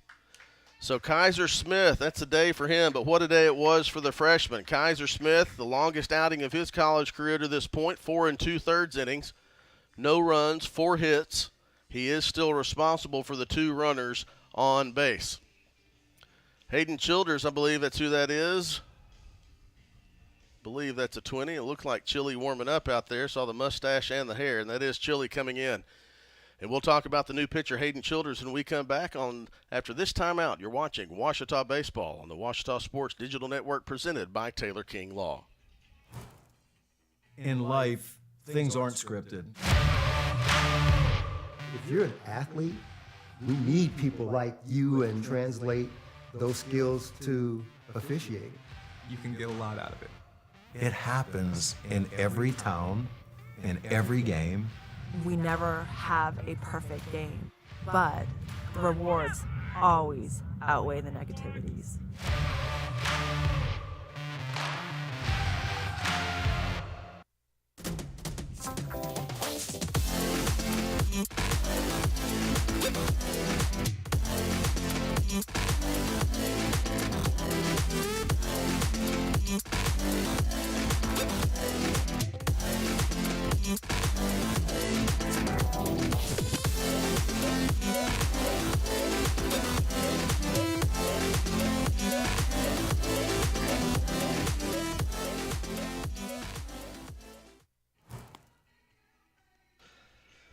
Hayden Childers is the new pitcher for the Tigers. Childers, a 6 foot, 190-pound graduate student from Cord, Arkansas, around Batesville. For Childers, this is his 7th appearance. 6 of those have been in relief. 5.40 ERA, 11.2 innings pitched, 15 hits, 7 runs, all earned, 3 walks, and 5 strikeouts for the Ouachita right-handed pitcher. Nate Gross, the freshman lefty, was also in the mound.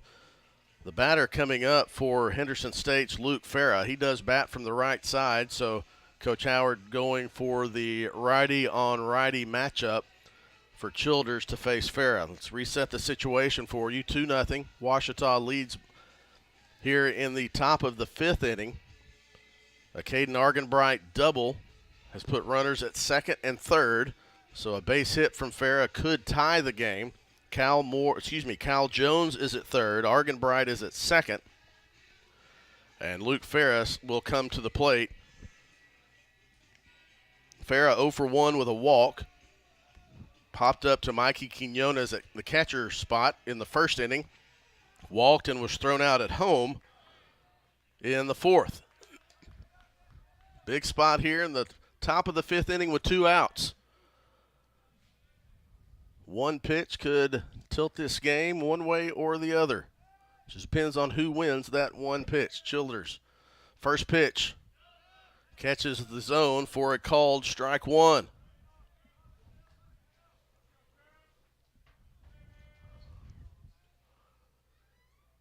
Ferris stands in from the right side. Childers, the 0-1 pitch, just misses for ball 1. Must have been just outside, so the count is even. 1 ball, 1 strike. Playing straight away. They're actually playing right field. Joseph Bolin in right field is shading towards the foul line. The 1-1 pitch, shot right at Scott. He fields it up. The throw is in time, and Hayden Childers takes 3 pitches to retire the side. That was a hot shot to Wesley Scott. The freshman went down on a knee and fielded it cleanly, made sure he had it in the glove, and threw over to retire the side. So that will close the book on Kaiser Smith, and what a day it was. 4 2/3 innings, 4 hits, no runs, 1 walk, and 6 strikeouts for the freshman in his longest outing of the year. Hayden Childers comes in and retires Luke Farah on the 4-3 putout. And we go to the bottom of the 5th inning. Ouachita 2, Henderson State 0. Back with a new pitcher for Henderson. When we come back, we'll tell you about him when we return on the Ouachita Sports Digital Network presented by Taylor King Law. Make some noise.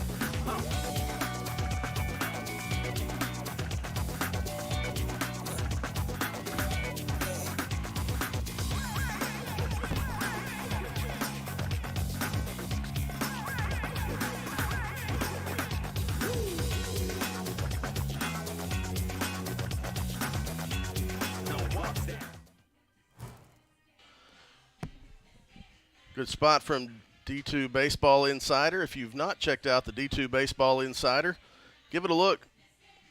Saw the website on their commercial. If you missed it, just scrub back a few seconds. D2 Baseball Insider each Wednesday comes out with a new magazine with interviews from coaches around the country and each conference. Information and updates on each conference. And invite you to check out Will Connerly and the crew at D2 Baseball Insider. They have some good information each week as you keep up with the GAC and other conferences from around the region and the country. New pitcher for Henderson State is Luke Carter, a 6'3" junior left-handed pitcher from Rogers, Arkansas. Carter pitched 3 2/3 innings so far this season. This is his 8th appearance. He's 1-0 on the season. He replaces Ryan Galvan, who is on the hook for the loss. He pitched 4 complete innings, gave up 6 hits and 2 runs. And he is on the hook for the loss in the game. Carter will be welcomed to the lineup by the 1-2-3 hitters, Wesley Scott, Dustin Bermudez, G. Allen. 0-1 the count to Scott, the lefty. A little different arm motion than what we saw from the other lefty, Ryan Galvan. 1-1 the count to Wesley Scott, who made a nice play at second base to end the Henderson's threat in the top of the 5th. 1 ball, 1 strike. Goes down low to pull that one down the left field line and foul. Good crowd has made its way out to Rab Rogers Field on a beautiful afternoon. After classes, saw the Ouachita softball team here before they went to practice, some of them. The 1-2 pitch from Scott, shot into the right center field gap. Nice play by the center fielder. Had a nice jump on it right off the bat. That was Nate Moore.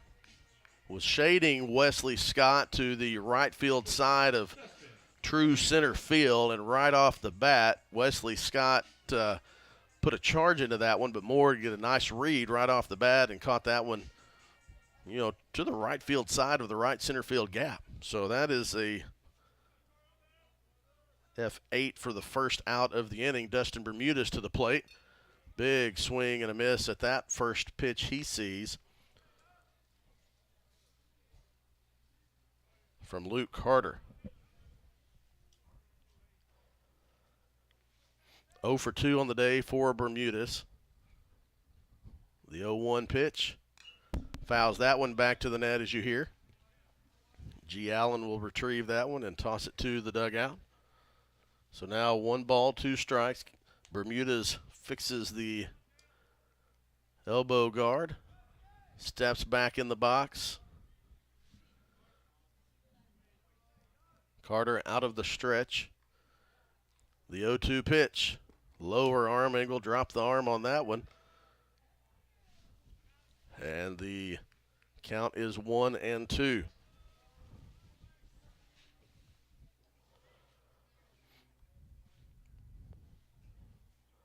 The 1-2 pitch. Bermudez holds off. That pitch was just outside, so now the count is even at 2-2. G. Allen on deck. Quinones in the hole if either of those reach successfully. The 2-2 pitch inside for ball 3. Bermudez had to get out of the way of that one. And so now the count is full to the Ouachita shortstop. He cut down a runner at the plate, the first Henderson scoring threat. The 3-2 pitch. Foul ball out of play. Bermudez stays alive. Bermudez came in relief of Cooper Timmons in Game 1 against UAM on Friday. Probably one of his longest outings on the mound. Kept Ouachita in the game. Ouachita just couldn't get the run across when they needed it. The 3-2 pitch, fouled ball over the Ouachita dugout. And Bermudez stays alive.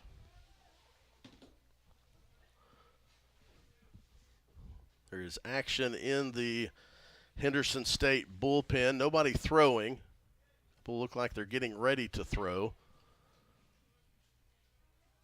3-2 pitch from Carter. Ball 4, and nice AB from, doesn't count as an AB, but is a nice plate appearance from Dustin Bermudez to draw a walk, fight off a couple of pitches. And that brings up G. Allen. He's 2 for 2. A single to right field, a single to center field. They play the shift again, and G has hit safely into the shift 2 times. Lefty on lefty matchup.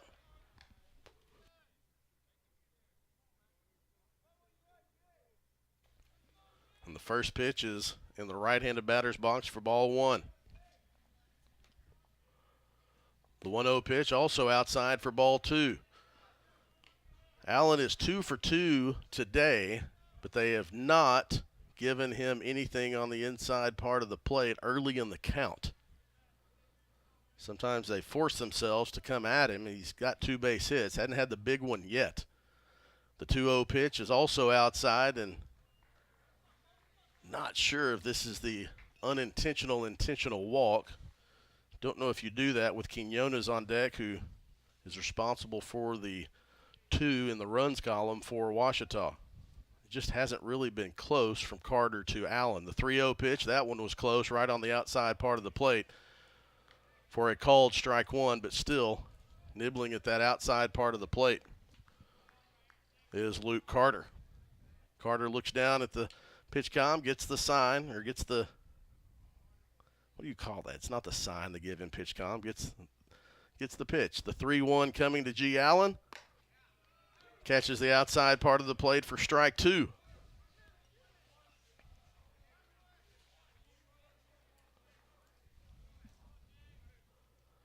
Carter and Scritchfield look at the pitch coming in. The 3-2 pitch, fouled back to the net, almost right at our microphone. Allen stays in and will do it again. Used to say pitcher gets his sign. I guess you can still call it a sign if they're looking down at the wrist. He shakes that one off. He didn't like what came through the pitch comm there. He likes it now, and we're ready to go. 3 balls, 2 strikes, 1 out, runner at first. The 3-2 pitch from Carter. Swing and a miss, strike 3, and Bermudez forgot how many outs there were. Bermudez thought there were 2 outs, and just a mental error there for Ouachita, as G. Allen is the second out of the inning, and Bermudez is, I guess, picked off 2-6-3 for the third out of the inning. Uncharacteristic there for the Tigers. So that is the third out of the 5th inning. We've got 4 more after 5 complete. Ouachita 2, Henderson State 0. Back to Rab Rogers after this timeout on the Ouachita Sports Digital Network, presented by Taylor King Law. Visit the Ouachita campus store for all your Tiger apparel, merchandise, and gifts. If you need something to wear to show your Tiger pride, stop by the Washita campus store on the bottom floor of the Evans Student Center to grab a t-shirt, sweatshirt, polo, or more. If you can't stop by the store on campus, visit us online at bookstore.obu.edu. Make your purchase and we'll send it to you. Support the Tigers by checking out the Washita campus store. Go Tigers. Food isn't just fuel to live, it's fuel to grow. My family relied on public assistance to help provide meals for us. These meals fueled my involvement in theater and the arts as a child, which fostered my love for acting. The Feeding America network of food banks helps millions of people put food on the table. When people are fed, futures are nourished. Join the movement to end hunger, and together we can open endless possibilities for people to thrive. Visit feedingamerica.org/actnow.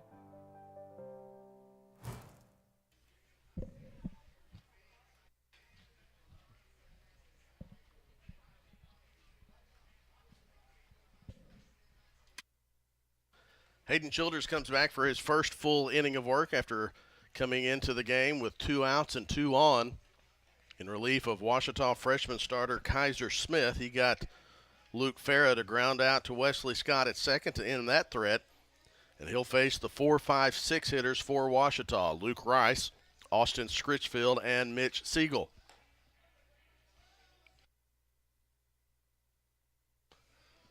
Luke Rice steps in 0 for 2, struck out in the first, grounded out to second in the fourth.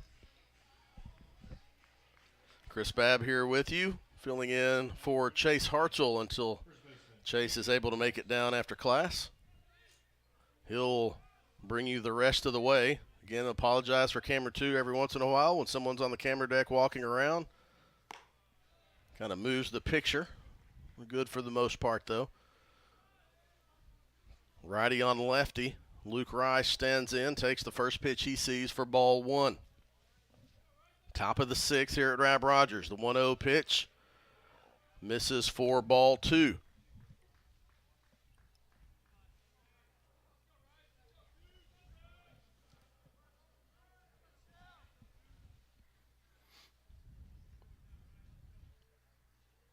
The 2-0 pitch catches the outside part of the plate for strike 1. Second batter Childers has faced today, senior from Cord, Northeast Arkansas, facing Luke Rice. The 2-1 pitch also catches the outside part of the plate for a called strike 2. Don't know if Rice really liked that. That might have been a product of Quinones being in a spot and Childers hitting it. The 2-2 pitch is low for ball 3, so now the count is full to the Henderson State junior first baseman Luke Rice from North Little Rock. And it UA Rich Mountain, I believe. Full count, the 3-2 pitch from Childers. Ground ball to Scott. Bobbles it, hits the heel of his glove, still might have time, but the throw is not in time. It was low, and Luke Rice will reach on the E4. First error of the day on either team. Move to Austin Scritchfield, the catcher. 0 for 1, reached on a fielder's choice in the fourth. Struck out in the second. Not really a base stealing threat. No offense to Luke Rice. I don't mean that anything, but just not. Luke Rice is 5 for 5 on stolen base attempts. I say that, and if you're Johnny, if you're watching, you can tell Luke I apologize to him. He got the most stolen bases on the team. The 0-1, that's a ground ball to Scott. He does field 4, 6, 3, double play. And Rice and Scritchfield are retired on the 4-6-3 double play. That time Wesley Scott does a nice job of fielding it. Gets the ball over to Dustin Bermudez. Nice turn. And it is a 4-6-3 double play for the Tigers. Mitch Siegel comes up to bat now. Swing and a miss. Nice fastball from Hayden Childers. Siegel swung at that one and missed. A little bit late on that one. 2 outs now after the leadoff runner reached on the error. The 0-1 catches the outside part of the plate for strike 2. So 2 fastballs, a swing, 1 swinging and 1 called strike. And Chile is 1 pitch from getting out of this inning. The 0-2, swing and a miss, strike 3. And the side is retired. Hayden Childers does a nice job coming in and get the Tigers to the bottom of the 6th. So no runs on no hits. There was 1 Ouachita error, no runners left on base. We go to the bottom of the 6th. Tigers still with a 2-0 lead. Try to add to it when they come back. It will be the 4, 5, 6 hitters for Ouachita when we come back to Rab Rogers Field. You're watching Tiger Baseball on the Ouachita Sports Digital Network presented by Taylor King Law. At Taylor King Law, we understand that being injured can be a stressful and overwhelming experience. And that's why we're here to help you every step of the way. As your dedicated legal team, we'll stand by your side when you're being ignored. We'll be on your side to fight for the compensation you deserve. Don't let the insurance companies intimidate you. Let us go to work for you. Call us today and let us help you get back on the road to recovery. On your side, by your side. When you've been injured, we're here for you. I've heard people say Ouachita. Ouachita. Ouachita. Is it pronounced Ouachita? Searching for Ouachita Baptist University. Back in Texas, everybody pronounces it Wichita, but really, it's Ouachita. Ouachita.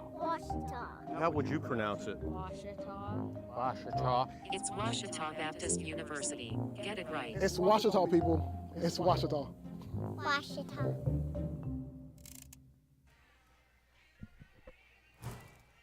4, 5, 6 for the Tigers. Mikey Quinones, Kieran Terrio, and Talon Heine. The first 3 scheduled to bat for the Tigers. They will face Luke Carter, who comes out for his 2nd inning of work. Quinones with a 2-run homer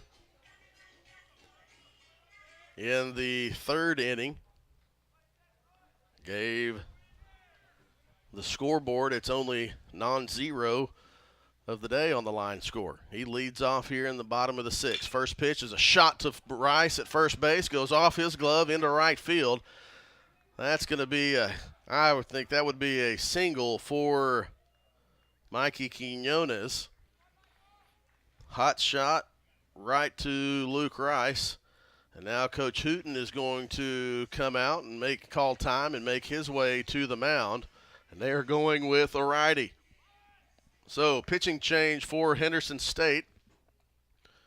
We will look and see who the new pitcher is when we come back after Mikey Quinones with a leadoff single. He's 2 for 3. 3 hard-hit balls for Mikey today, and that's good to see him get back in form. So, we'll take a quick break. Ouachita 2, Henderson State nothing. Pitching change for the Reddies. We'll talk about the new pitcher when we come back on the Ouachita Sports Digital Network presented by Taylor King Law. The central and midwestern U.S. averages more than 850 tornadoes each year, and lately, the number of floods has been rising in the region too. So chances are, there will be more twisters and floods near here again. And between school, sports, and social lives, chances are, you won't be with your kids when it happens. Will they know what to do? Ready.gov/kids has all the educational tools and information to make the conversation easy. When the time comes, chances are they'll feel prepared, not scared. So talk with your family today.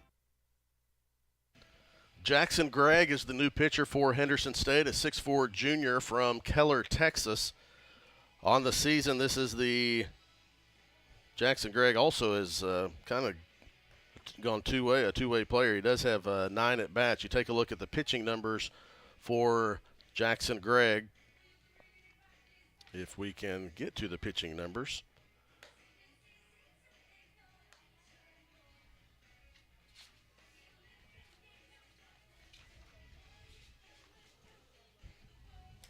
Just a minute. I said we could have one break and come back, but we'll pull those up in a second and be ready to go. Jackson Gregg, new pitcher for Henderson State, the 6'4 junior from Keller, Texas. This is the first appearance for Gregg from the mound. I may have to check that with but it has Jackson Gregg as having played in 9 games, 9 at-bats, 3 starts. On the pitching statistics, on the pitching stats, there are no statistics pitching for Jackson Gregg.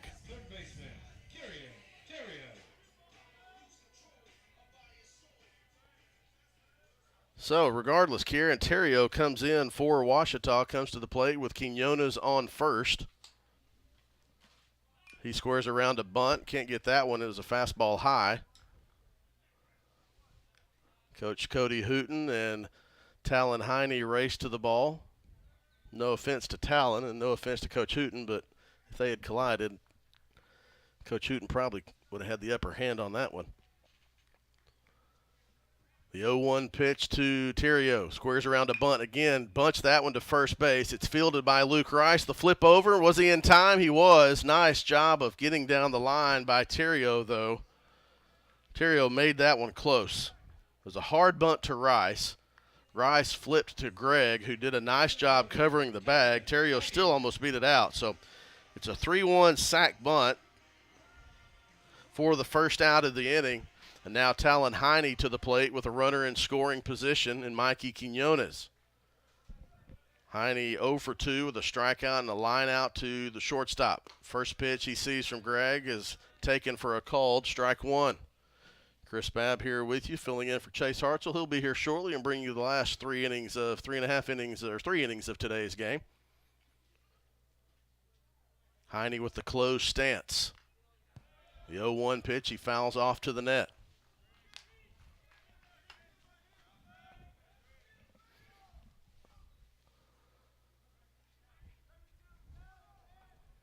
Outfield is playing relatively shallow. Heine shoots something to the right side to probably get through. The 0-2 pitch. Nice take by Heine. I said that, and as soon as I said that, the second baseman for Henderson State was Luke Farah, who's covering the bag for Quinones, retreated back to the normal second base position. 1 ball, 2 strikes, the 1-2 pitch, low for ball 2.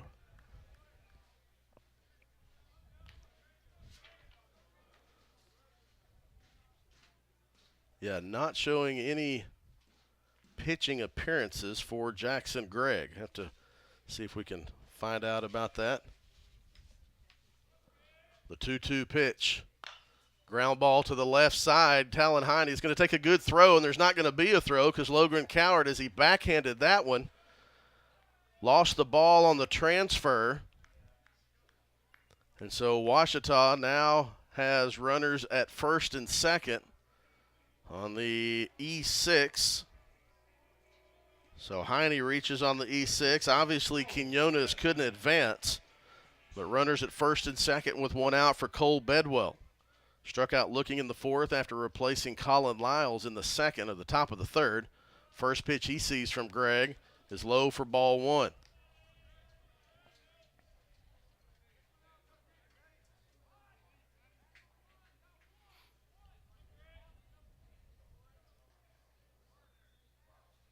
The 1-0 pitch. Low and outside for ball 2.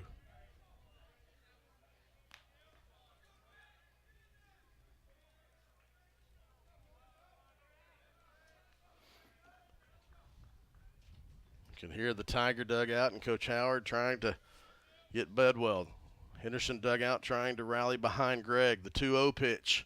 Big swing and a miss from Bedwell. Strike 1. Joseph Bolin on deck. He's 2 for 2 with 2 singles today. Quinones stands at second. He's responsible for the only crooked number on the line score on the scoreboard in right center field. He had the 2-run homer in the 3rd with 2 outs. 2 balls, 1 strike. Bedwell takes it for a called strike 2.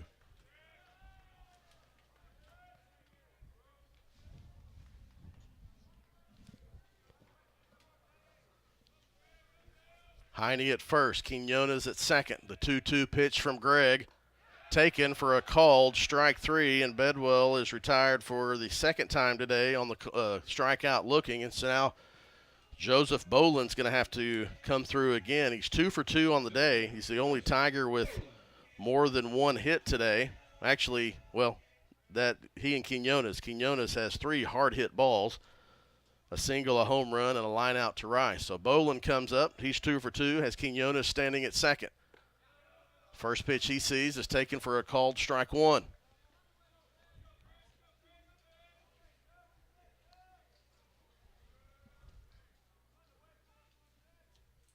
The 0-1 pitch, swing and a miss, strike 2, and so Gregg is ahead in the count. 0-2, big spot for Jackson Gregg coming in relief. With a runner on first and nobody out, he's trying to retire the Tigers here. The 0-2 pitch to Bolin. Swing and a miss, strike 3. And 2 strikeouts in the frame for Jackson Gregg. Retires the side, and the Tigers leave 2 stranded. So for the Tigers, no runs on 1 hit. There was 1 Henderson error, 2 runners left on base. We've completed 6 innings. Ouachita 2, Henderson State 0. We go to the 7th. Chase Hartzell will take you the rest of the way when we come back to Tiger Baseball on the Ouachita Sports Digital Network, presented by Taylor King Law. Hey world, I have a quick message. It's about safe driving. All right, let's go. Anytime you're driving, have the seatbelt buckled tight. Both hands on the wheel and your phone out of sight. When not in your hand, trying to text somebody back. Because if you do, your car might get smacked. The moral of the story, just put your phone down. The people on the road will stay safe and sound. Put your phone down, put your phone down. People on the road will stay safe and sound. Yeah. I'm Sandra, this is Jorge, and we were adopted in 2019. I remember when they first came to us, Michael was already a teenager.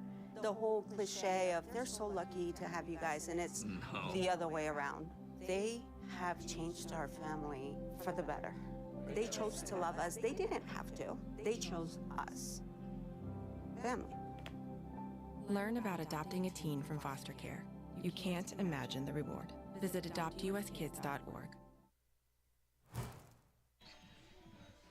Welcome back to Tiger Baseball on the Ouachita Sports Digital Network. This is Chase Hartzell relieving Chris Babb, who records a quality start with 6 innings of broadcast. And now I'm going to try to pull off the 3-inning save for the Tigers as we go down the stretch.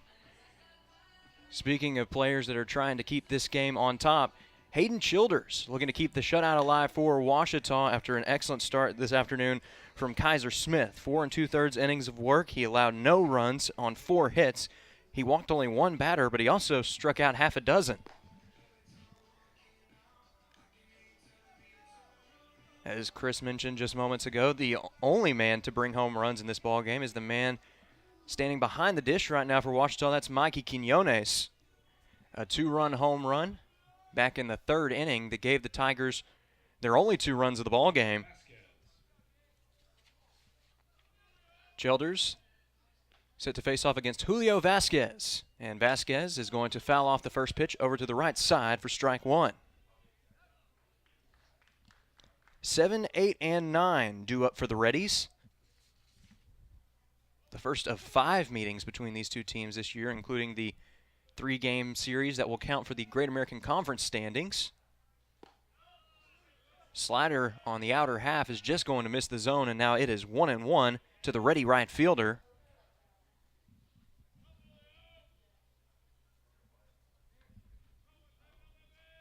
The next pitch from Childers. Appeal down. He held up in time. Childers continuing to try to utilize that slider on the outer half in the righty-on-righty matchup.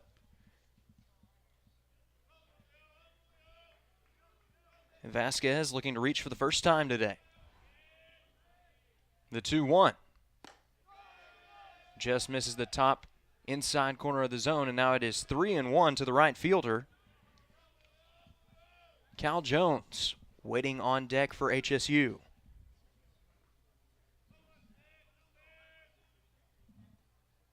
The next pitch misses down low for ball 4.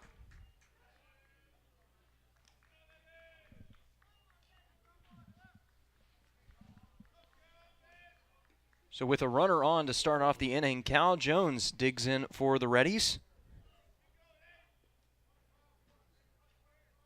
The freshman owns 2 of the Reddies' 4 hits for the day, the other 2 belonging to Caden Argenbright.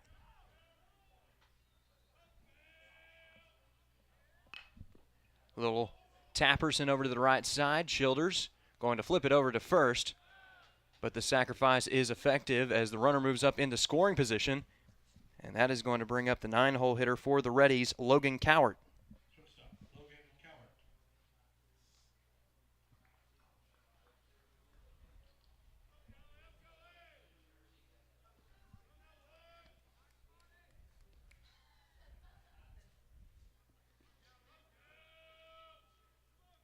First pitch from Childers. Breaking ball misses the outside corner for a ball. Childers, a graduate student from Cord, Arkansas, was formerly a Batesville Pioneer before making his way to Ouachita. The 1-0 pitch. Slapped out to the right side. Diving effort at second. No throw to be made as the runner makes a little bit of a lead off at third base but does scamper back in time. Should be ruled an infield single, as it would have been a tough play at any base.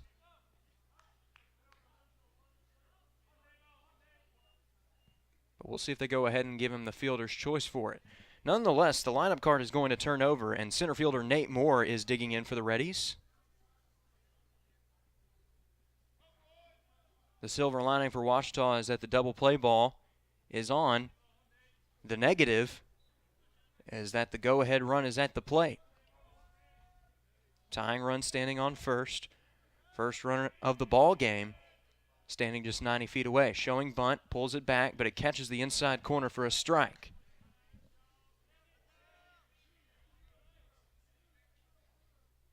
Moore is a sophomore from the Lone Star side of Texarkana.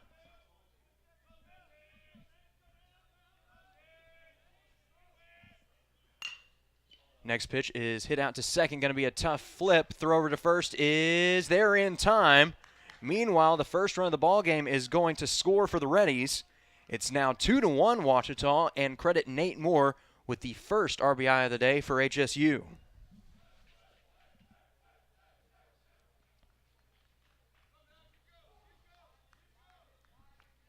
At the same time, the Reddies now have the tying run in scoring position, and that is going to bring up Caden Argenbright.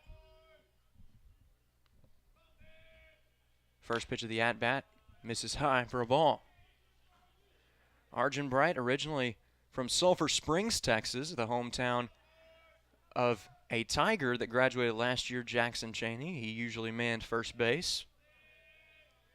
The next pitch, check swing, doesn't matter, it's a strike called. Argenbright 2 for 3 on the day. Both of his base hits doubles. His team would love for him to repeat that feat right here. The 1-1 pitch slapped out to left field and carrying quite a bit, but the play is going to be made on the warning track out there in left center field, just shy of that 370 sign, and that is going to do it for the top half of the 7th. It's stretch time at Rab Rogers Field, but the Reddies have cut the deficit in half. As we head to the bottom half of the 7th, your score is Ouachita 2, HSU 1. You're watching Battle of the Ravine on the Ouachita Sports Digital Network, presented by Taylor King Law. Owned by OBU alumni, Java Primo is the official coffee house of Ouachita Tiger football. At Java Primo, amazing coffee is just the beginning. Try our great options at breakfast, lunch, and dinner, and don't forget about our amazing desserts. Also, shop Java Primo's gift selection 24/7 online at javaprimo.com. Go Tigers! Go Tigers!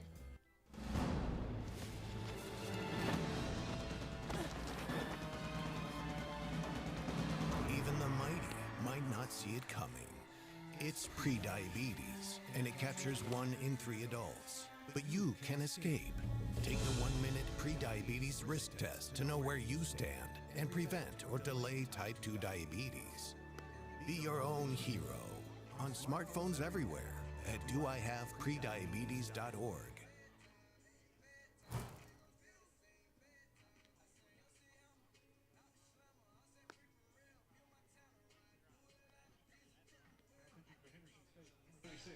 Welcome back to Tiger Baseball on the Ouachita Sports Digital Network, presented by Taylor King Law.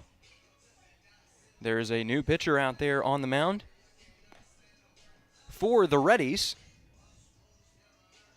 as the Tigers look to try and add on, or at least add back that run that they lost in the top half of the 7th inning. The new pitcher for the Reddies, it is going to be the sophomore out of Benton, Arkansas, Dawson Goins.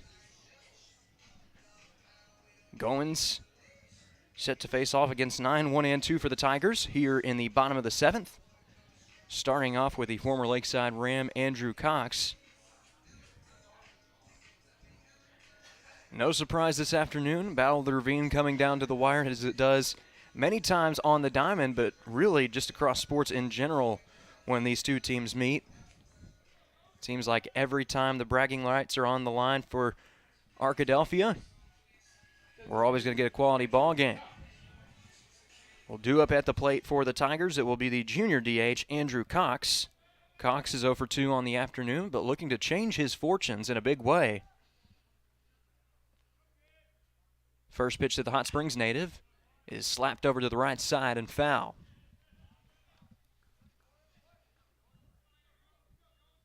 Beautiful March afternoon for baseball at Rab Rogers Field. Currently 70 degrees and sparse clouds in the sky. Here's the 0-1. Breaking ball does just manage to clip the corner, and now it is 0-2 to the Hot Springs native. Wesley Scott waiting on deck for Ouachita. The 0-2 pitch from Goins. Hit hard to the right side, but also foul.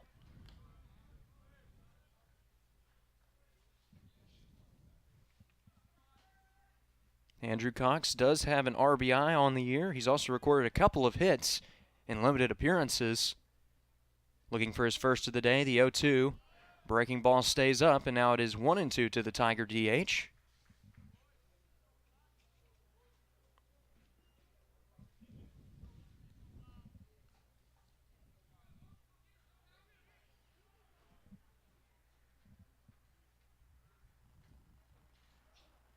The 1-2 pitch.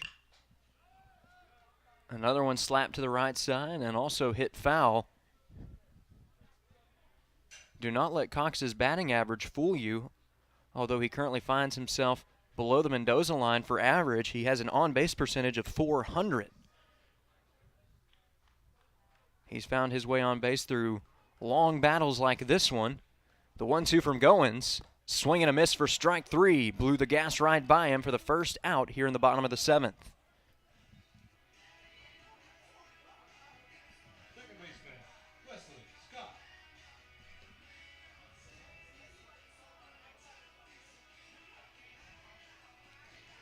So with that, Wesley Scott digging in for the Tigers.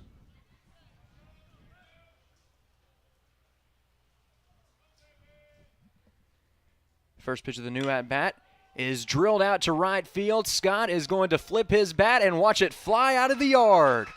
Touch 'em all, Tiger. That's a home run. Wesley Scott, his 3rd home run of the campaign, and the hit streak continues. It's now up to 9 games. With that last round tripper, Ouachita's lead is back up to 2. It's 3-1 Tigers.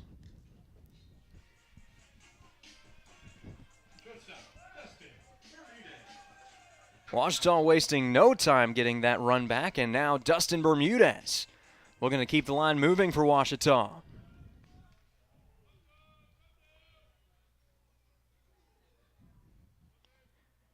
First pitch to Bermudez. Misses down low for a ball.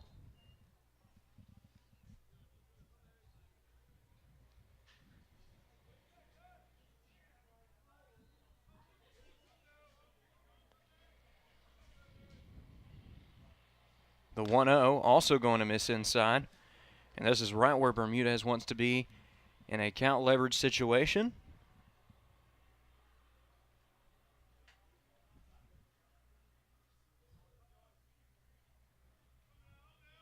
The next pitch to the Tiger shortstop, also going to miss outside, and now the Reddies are in danger of walking Bermudez for the 2nd time this afternoon.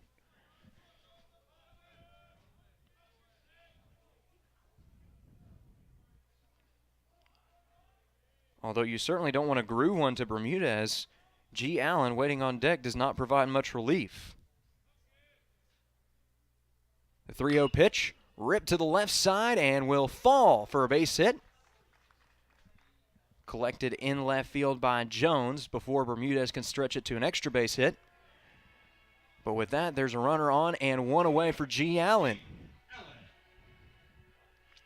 Allen, after a tough week against UAM, has really bounced back in a big way today. 2 for 3. He struck out once. And the Tigers would love for him to provide some insurance. First pitch of the at-bat, skied into shallow center field. About 3 Reddies charging in on the baseball, but the play is going to be made in the sun by Logan Coward.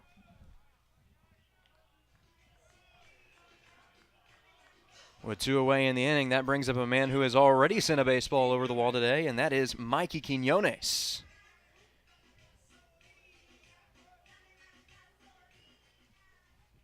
Quinones got the scoring start in the ball game when he sent one over the center field wall for his first home run of the young year.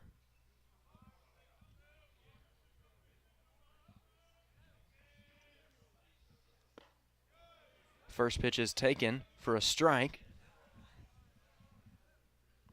Quinones, like Bermudez, from Arizona.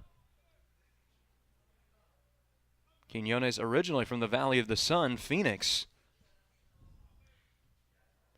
He's going to take a good breaking ball on the outside corner for strike 2. And now the Tiger catcher will have to regroup with 2 strikes. Kieran Terrio waiting on deck for the Tigers. If the senior can keep the inning alive. Going sets the 0-2. Taken outside, and now it is 1-2.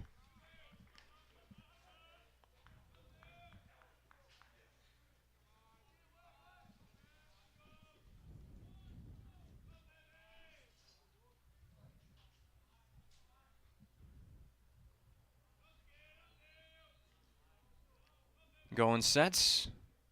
The 1-2. Runs high for ball 2.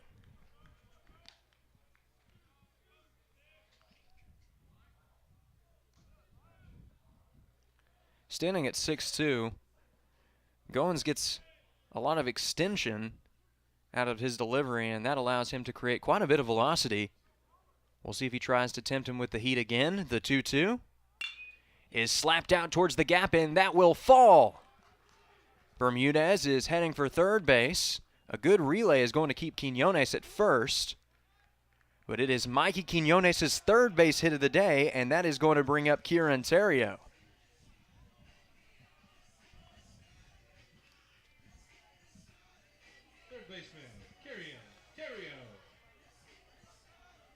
What a day it has been for Mikey Quinones. And he is now just 1 leg shy of the cycle in today's contest. He is still missing that very elusive triple. We'll see if he gets another opportunity at the plate. First pitch to Terrio, taken on the inside corner for a strike.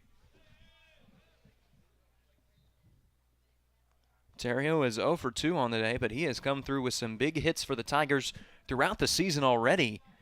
He hit the game-tying home run in Game 1 against UAM. That was in the bottom of the 9th inning. Meanwhile, ball gets past the catcher. Nobody's covering home. Might have had a chance at a play, but Bermudez just going to skip into home plate as Quinones moves up to second. And it is now 4-1 Ouachita.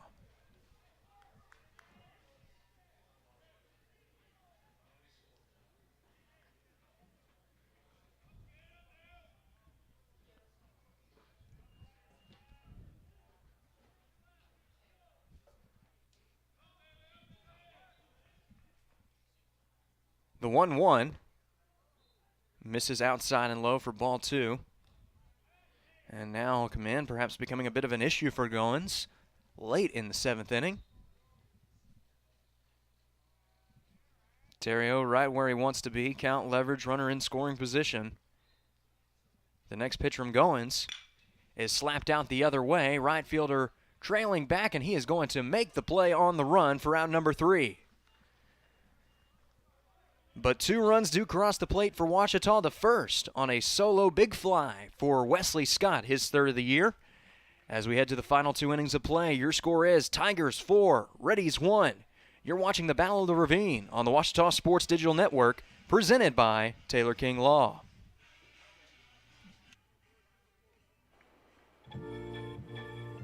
Baseball for me just kind of was the glue that kept my family together, I feel like. I was able to come here and get my triple major, as well as play a super high level of baseball against some of the best players in the country. There's a lot of options here in Division II with a lot of great ball players and a lot of great people, and they make sure that they give you every opportunity to succeed on and off the field.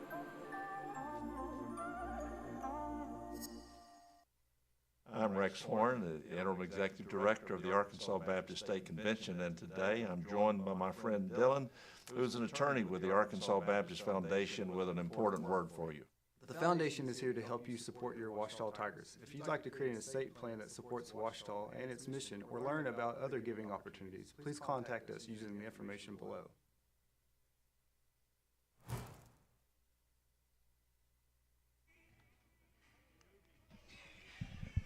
Welcome back to Rab Rogers Field, where we have more Battle of the Ravine action right here on OSDN, presented by Taylor King Law. Hayden Childers back out there for another inning of relief work. Thus far today, he has recorded 2 1/3 innings of relief work. The only 2 men on the mound today for the Tigers have been Childers and starter Kaiser Smith. Childers had an excellent performance against UAM a week ago when he allowed no runs across 4 innings of relief work. All told on the weekend, the Tigers allowed 0 earned runs out of the bullpen through 9 2/3. An excellent effort from the Tiger staff, aided by 2 quality starts on the weekend, the first belonging to Chase Oberly, who went 7 1/3 and allowed 2 runs in Game 2. And who could forget the complete game shutout thrown by Luke House in Game 3. The first complete game shutout of his career with Ouachita, and it earned him Great American Conference Pitcher of the Week honors. He is the 3rd Tiger to bring home a weekly award from the Great American Conference this season, joining the likes of G. Allen and Talon Heine. Meanwhile, Terrio, good play on the run, and the throw is there in time for out number 1. So with the first batter of the inning retired, it's going to bring up the next batter for HSU, Dylan Thomas.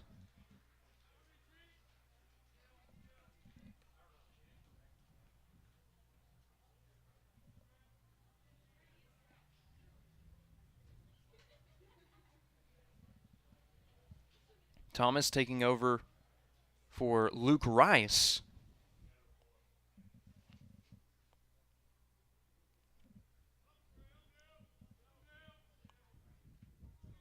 I'm sure that the senior is excited to get to face off against his cross-street rival. Thomas has typically played well against the Tigers throughout his career, and he's going to send this one a chopper over to third base and foul.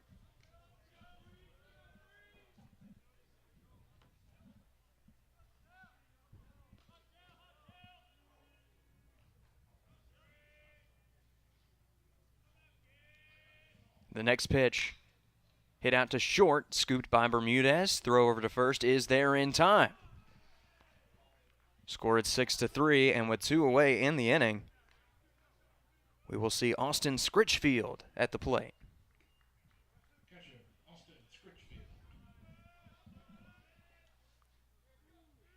Scritchfield, a junior from Cabot, Arkansas, looking to keep the top half of the inning alive for the Reddies. He is going to foul this one back out of play.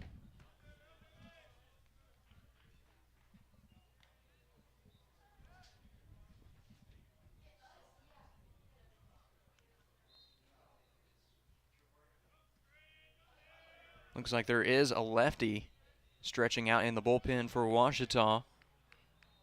Will more than likely be Cameron Marchand.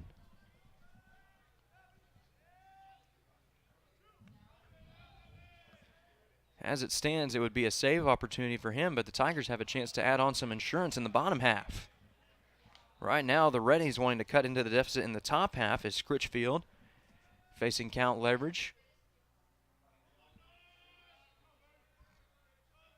He's putting Childers 1-2-3 inning in danger. The 2-1 is ripped out to deep center field. Heine ranging back to the warning track, and he is going to make the play.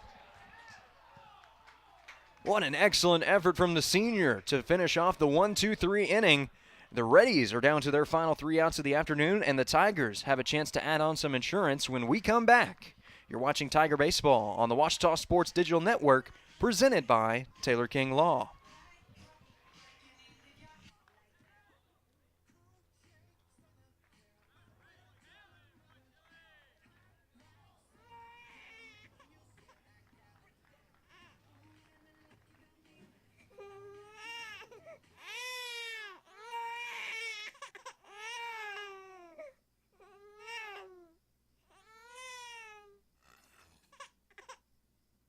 If you love them enough to suck the snot out of their nose at 4 a.m., then surely you'll check nhtsa.gov/the right seat to make sure they're in the right car seat.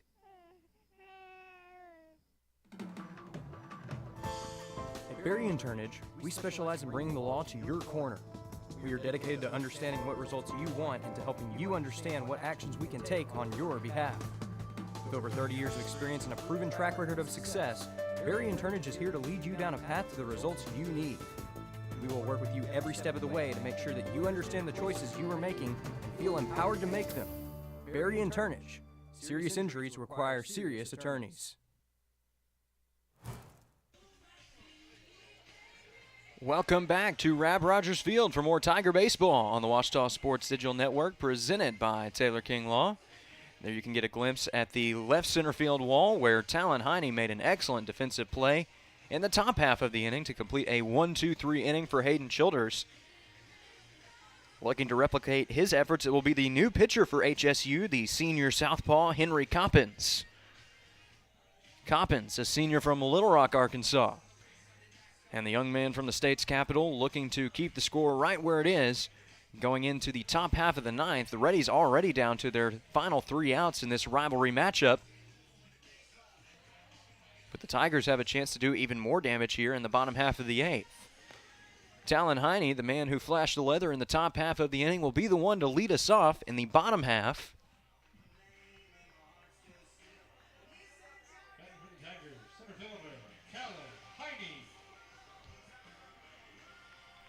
Heine is 0 for 3 on the afternoon. He has struck out once, flown out once, and also reached on an error once.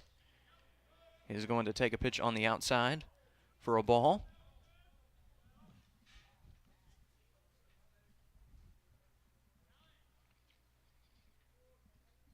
The 1-0 from Coppins, swing and a miss, bringing Heine to his knee.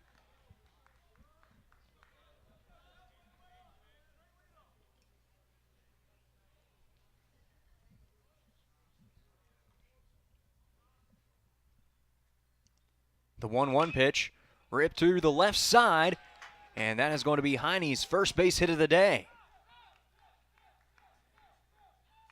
He retreats back to first base as a leadoff single for the Tigers, and that is going to bring up a pinch hitter for Ouachita. That is Logan Bell.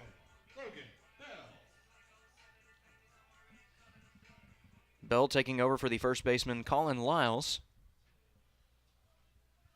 We'll see how he does here in the lefty-on-lefty matchup.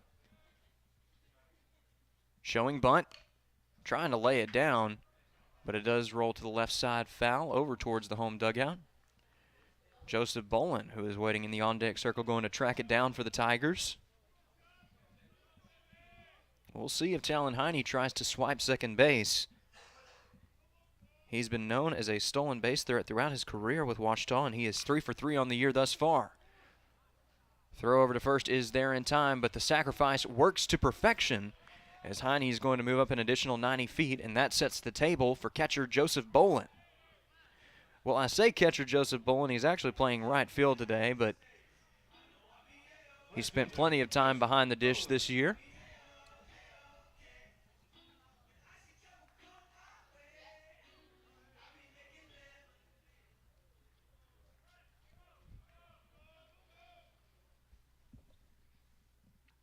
Here's the first pitch from Coppins. And it is going to be taken on the inside corner for a strike. Bolin taking after Cade Burris in that he plays both catcher and right field. Burris currently occupying the first base coach position for Ouachita. 0-1, runner in motion. It's high. Throw down to third is not there in time, and it's going to get through. Heine is charging for the plate, and the throwing error proves costly indeed. Heine scores as the 5th run of the ball game for Ouachita.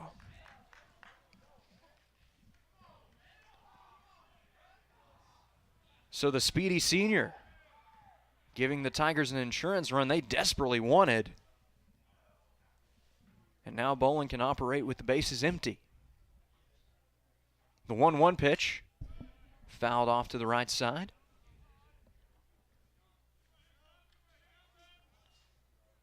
Bolin is a sophomore from El Dorado, Arkansas. Played for the El Dorado Wildcats before making his way to the Delph. Here's the 1-2 to him. It is also fouled into the backstop and going to roll over towards Andrew Cox, who flips it back to the home plate umpire.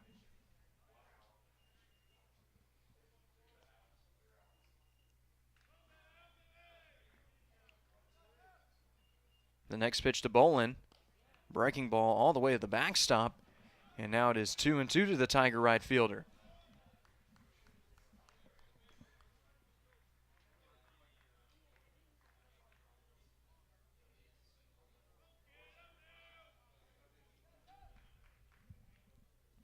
Coppins gets set, the 2-2 pitch.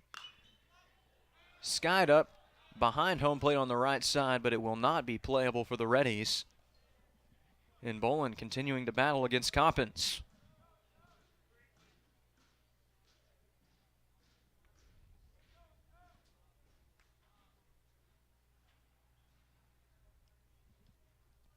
Southpaw gets set. The 2-2. Runs to the outside, but Bolin does manage to get a piece of it, and now it is again 2-2. What a battle between the senior left-hander and the sophomore right-handed batter. The 2-2. Ripped to the left side. Will it stay fair? No, it will not. It's going to take one bounce off of the home bullpen. And now Cal Jones launching the ball back in so we can resume play back towards the plate. Marchand continuing to get loose out there for Ouachita. The 2-2 pitch. Ripped to center field and carrying quite a bit. Center fielder hustling back for the ball, and he makes the play for out number 2. The Reddies are not out of it yet, however, as Andrew Cox is due up at the plate.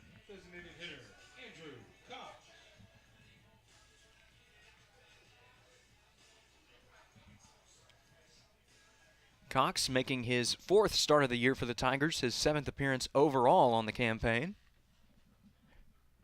He is going to foul the first pitch off for strike 1.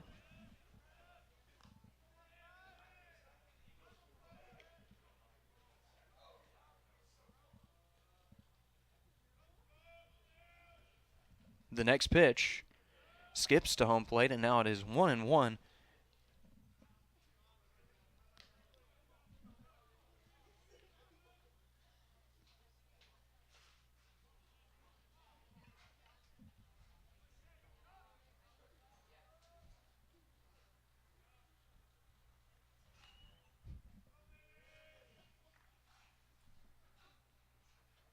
The 1-1 breaking ball fools the right-handed bat of Cox, and now it is 1-2 to the Tiger DH. Wesley Scott and the top of the order waiting on deck for Ouachita. Coppins looking to get out of the inning without any further damage done. Chopper sent to third base. Sliding effort at short, and there's going to be no play. Andrew Cox is on with his first base hit of the afternoon, an infield single. And this is one of the last guys that HSU wanted to see back up at the dish. It's Wesley Scott. In the last inning, he homered from the left-handed batter's box, but with a lefty now on the mound, he is going to assume his position in the right-handed batter's box.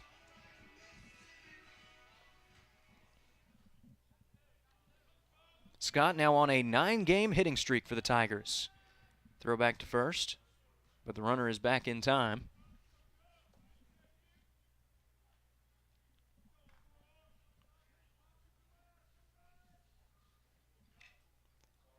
First pitch of the at-bat to the freshman. Fouled into the backstop.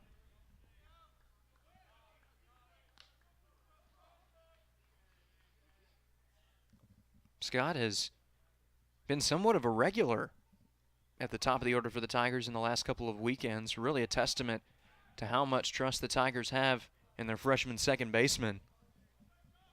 That trust has been warranted. Scott is batting .327 on the year. He's now homered 3 times and driven in 14 runs.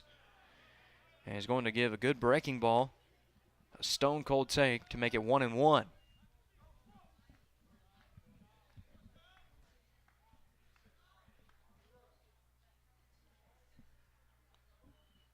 The 1-1 from Coppins. Hit over the left side and through. Make it 7 of the last 9 games for Wesley Scott, where he has multiple base hits. And now Dustin Bermudez is going to get a chance at the dish. Ouachita now has a lucky 13 hits on the day.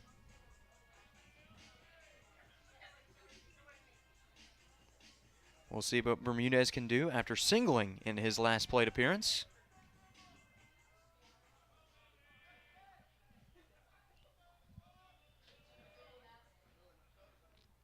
First pitch from Coppins. Hit out to the left side. Tough play at short. Smart throw to third, and that is going to do it for the 8th inning of play. The Tigers do score 1 run on 3 hits, though Talon Heine found his way on base and ended up scoring on a sacrifice, a stolen base, and a throwing error.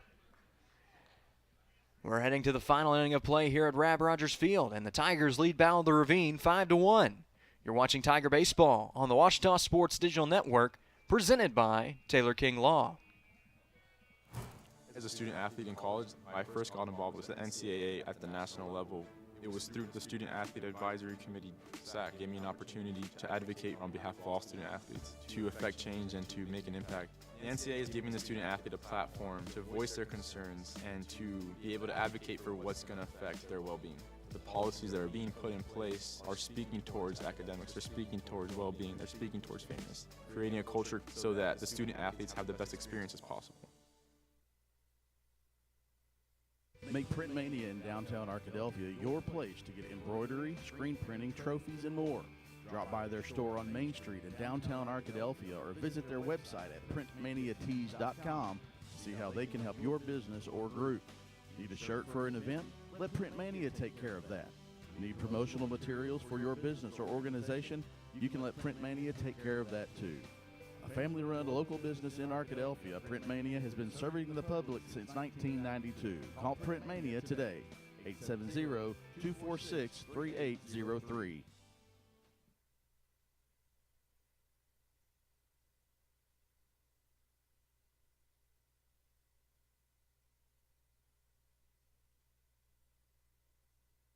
Welcome back to Tiger Baseball on the Ouachita Sports Digital Network, presented by Taylor King Law.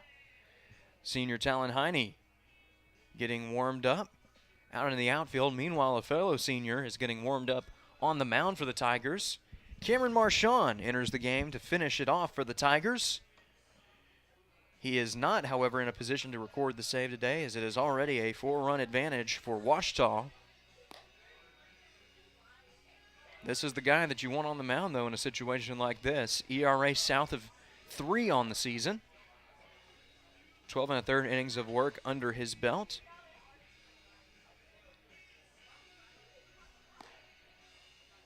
And although Marchand likes to pitch to contact, he seldom hits the barrel of the bat. He's only allowed 14 hits.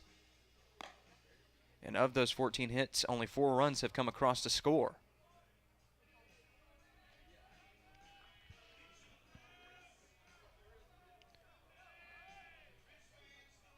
So as we get ready to start the final inning of play here at Rab Rogers Field, that is going to bring up a pinch hitter for HSU. It'll be Alex Day, another senior, making an appearance.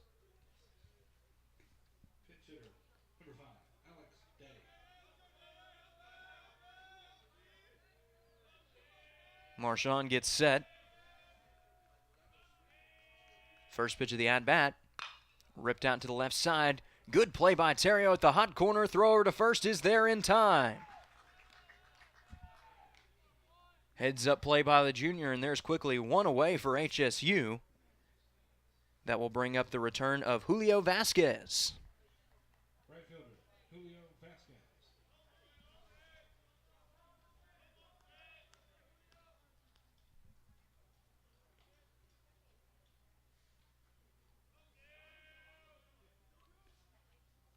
First pitch of the at-bat. Catches the inside corner for a strike.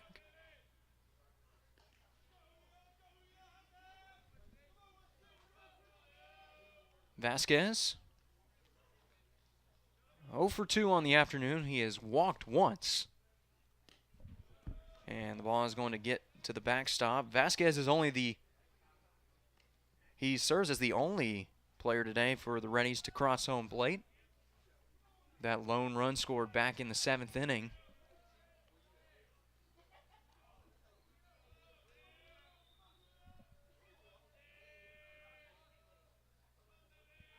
The 1-1 pitch.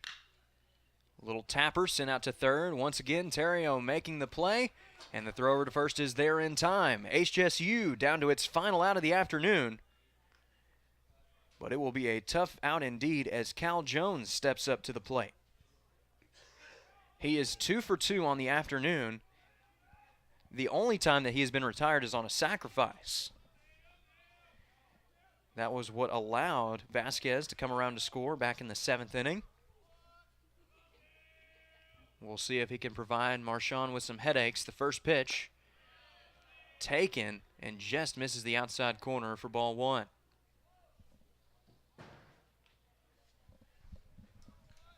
Ouachita looking to claim the first of 5 meetings between these Battle of the Ravine foes this season. The 1-0 showing bunt. Pulls it back, but it doesn't matter. It is now 1-1 to the Reddies left fielder.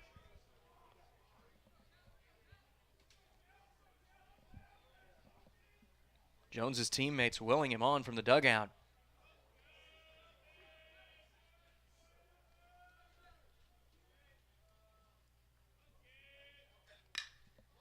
This pitch is skied out to center field. Heine's ranging back. He's under it, and he is going to make the play in the sun for out number 3. Ouachita claims the first Battle of the Ravine of 2024. Good night, Arkadelphia. Tigers win.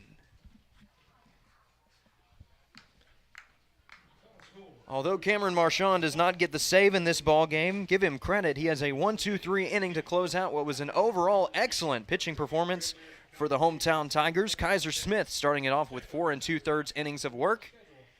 He allows no runs on 4 hits, strikes out 6, and allows just 1 walk. Following him up, it was none other than Hayden Childers, the graduate student, continuing what has been quite a dominant stretch out of the bullpen. He gets the Tigers all the way from the last out of the 5th inning to the 9th inning where Marshawn would take over. And looking down the batting order for the Tigers today, quite a few good performances to speak of. Wesley Scott extends his hitting streak to 9 games. G. Allen also had a multi-hit performance, but really the breakout star of the day for the Tigers was Mikey Quinones, one of his best games of the young season, going 3 for 4. He drives in 2 on a 2-run home run back in the 3rd. That was all the scoring that the Tigers needed, but they got plenty of insurance as well on top of it. Also got to give another shout out to Joseph Bolin, the right fielder who has been spending time at the catching position as well. Records another multi-hit performance. Really just a solid all-around day for the Tigers and a win that they can build on going into their next series. The Tigers are on the road this weekend before returning back to Rab Rogers Field for a series against East Central next weekend. You can catch that game right here on the Ouachita Sports Digital Network, all 3 games of that series, I should say. With the win, Ouachita advancing to 9-8 on the season. Henderson State is going to fall to an even 10-10 on the year. Tigers have plenty of momentum heading into a big series against a natural state rival in the form of the Arkansas Tech Wonder Boys. Those 3 games will be taking place at ATU, and you can keep up with the stats at obutigers.com. Go there for any information that you are searching for related to Ouachita athletics. But that will do it for this midweek edition of Ballard Ravine on the Ouachita Sports Digital Network. And Golden Sun, or excuse me, not Golden Sun, but the Golden Hour is starting to creep in here at Ouachita Baptist University. And with it being the Golden Hour, I do want to give a shout out to somebody who is celebrating his golden birthday today. My dad, Shane Hartzell, is turning 50 years old today. And I just want to give him a shout out and thank him for everything that he does. He's been a big help with us here at OSDN, has brought plenty of students down to help with broadcasts, but also he is one of the biggest baseball fans that you will find around, not just baseball period, but Ouachita baseball in particular. You know, most parents would probably be satisfied if their son was on the broadcast. They'd just watch the game from home. Not my dad. He is one that likes to be here every weekend that he can. In fact, the only reason he's probably not here today is because he had to teach school at Magnet Cove. But he has certainly been a big help to the program here at Ouachita, not only the baseball program, but also to OSDN, and especially to me personally. In fact, he was the one who introduced me to the game of baseball. And if it weren't for him, I would probably not be here in the booth bringing this game to you today. So, Dad, I wanted to take a moment to say happy birthday, thank you, and I love you. On behalf of everybody here at OSDN, this is Chase Hartzell signing off. Have a great afternoon, and go Tigers. I'm Nicole Auerbach from The Athletic. Hey, this is Alex Brute with Sports Illustrated Magazine. This is Kevin Kugler of Westwood One.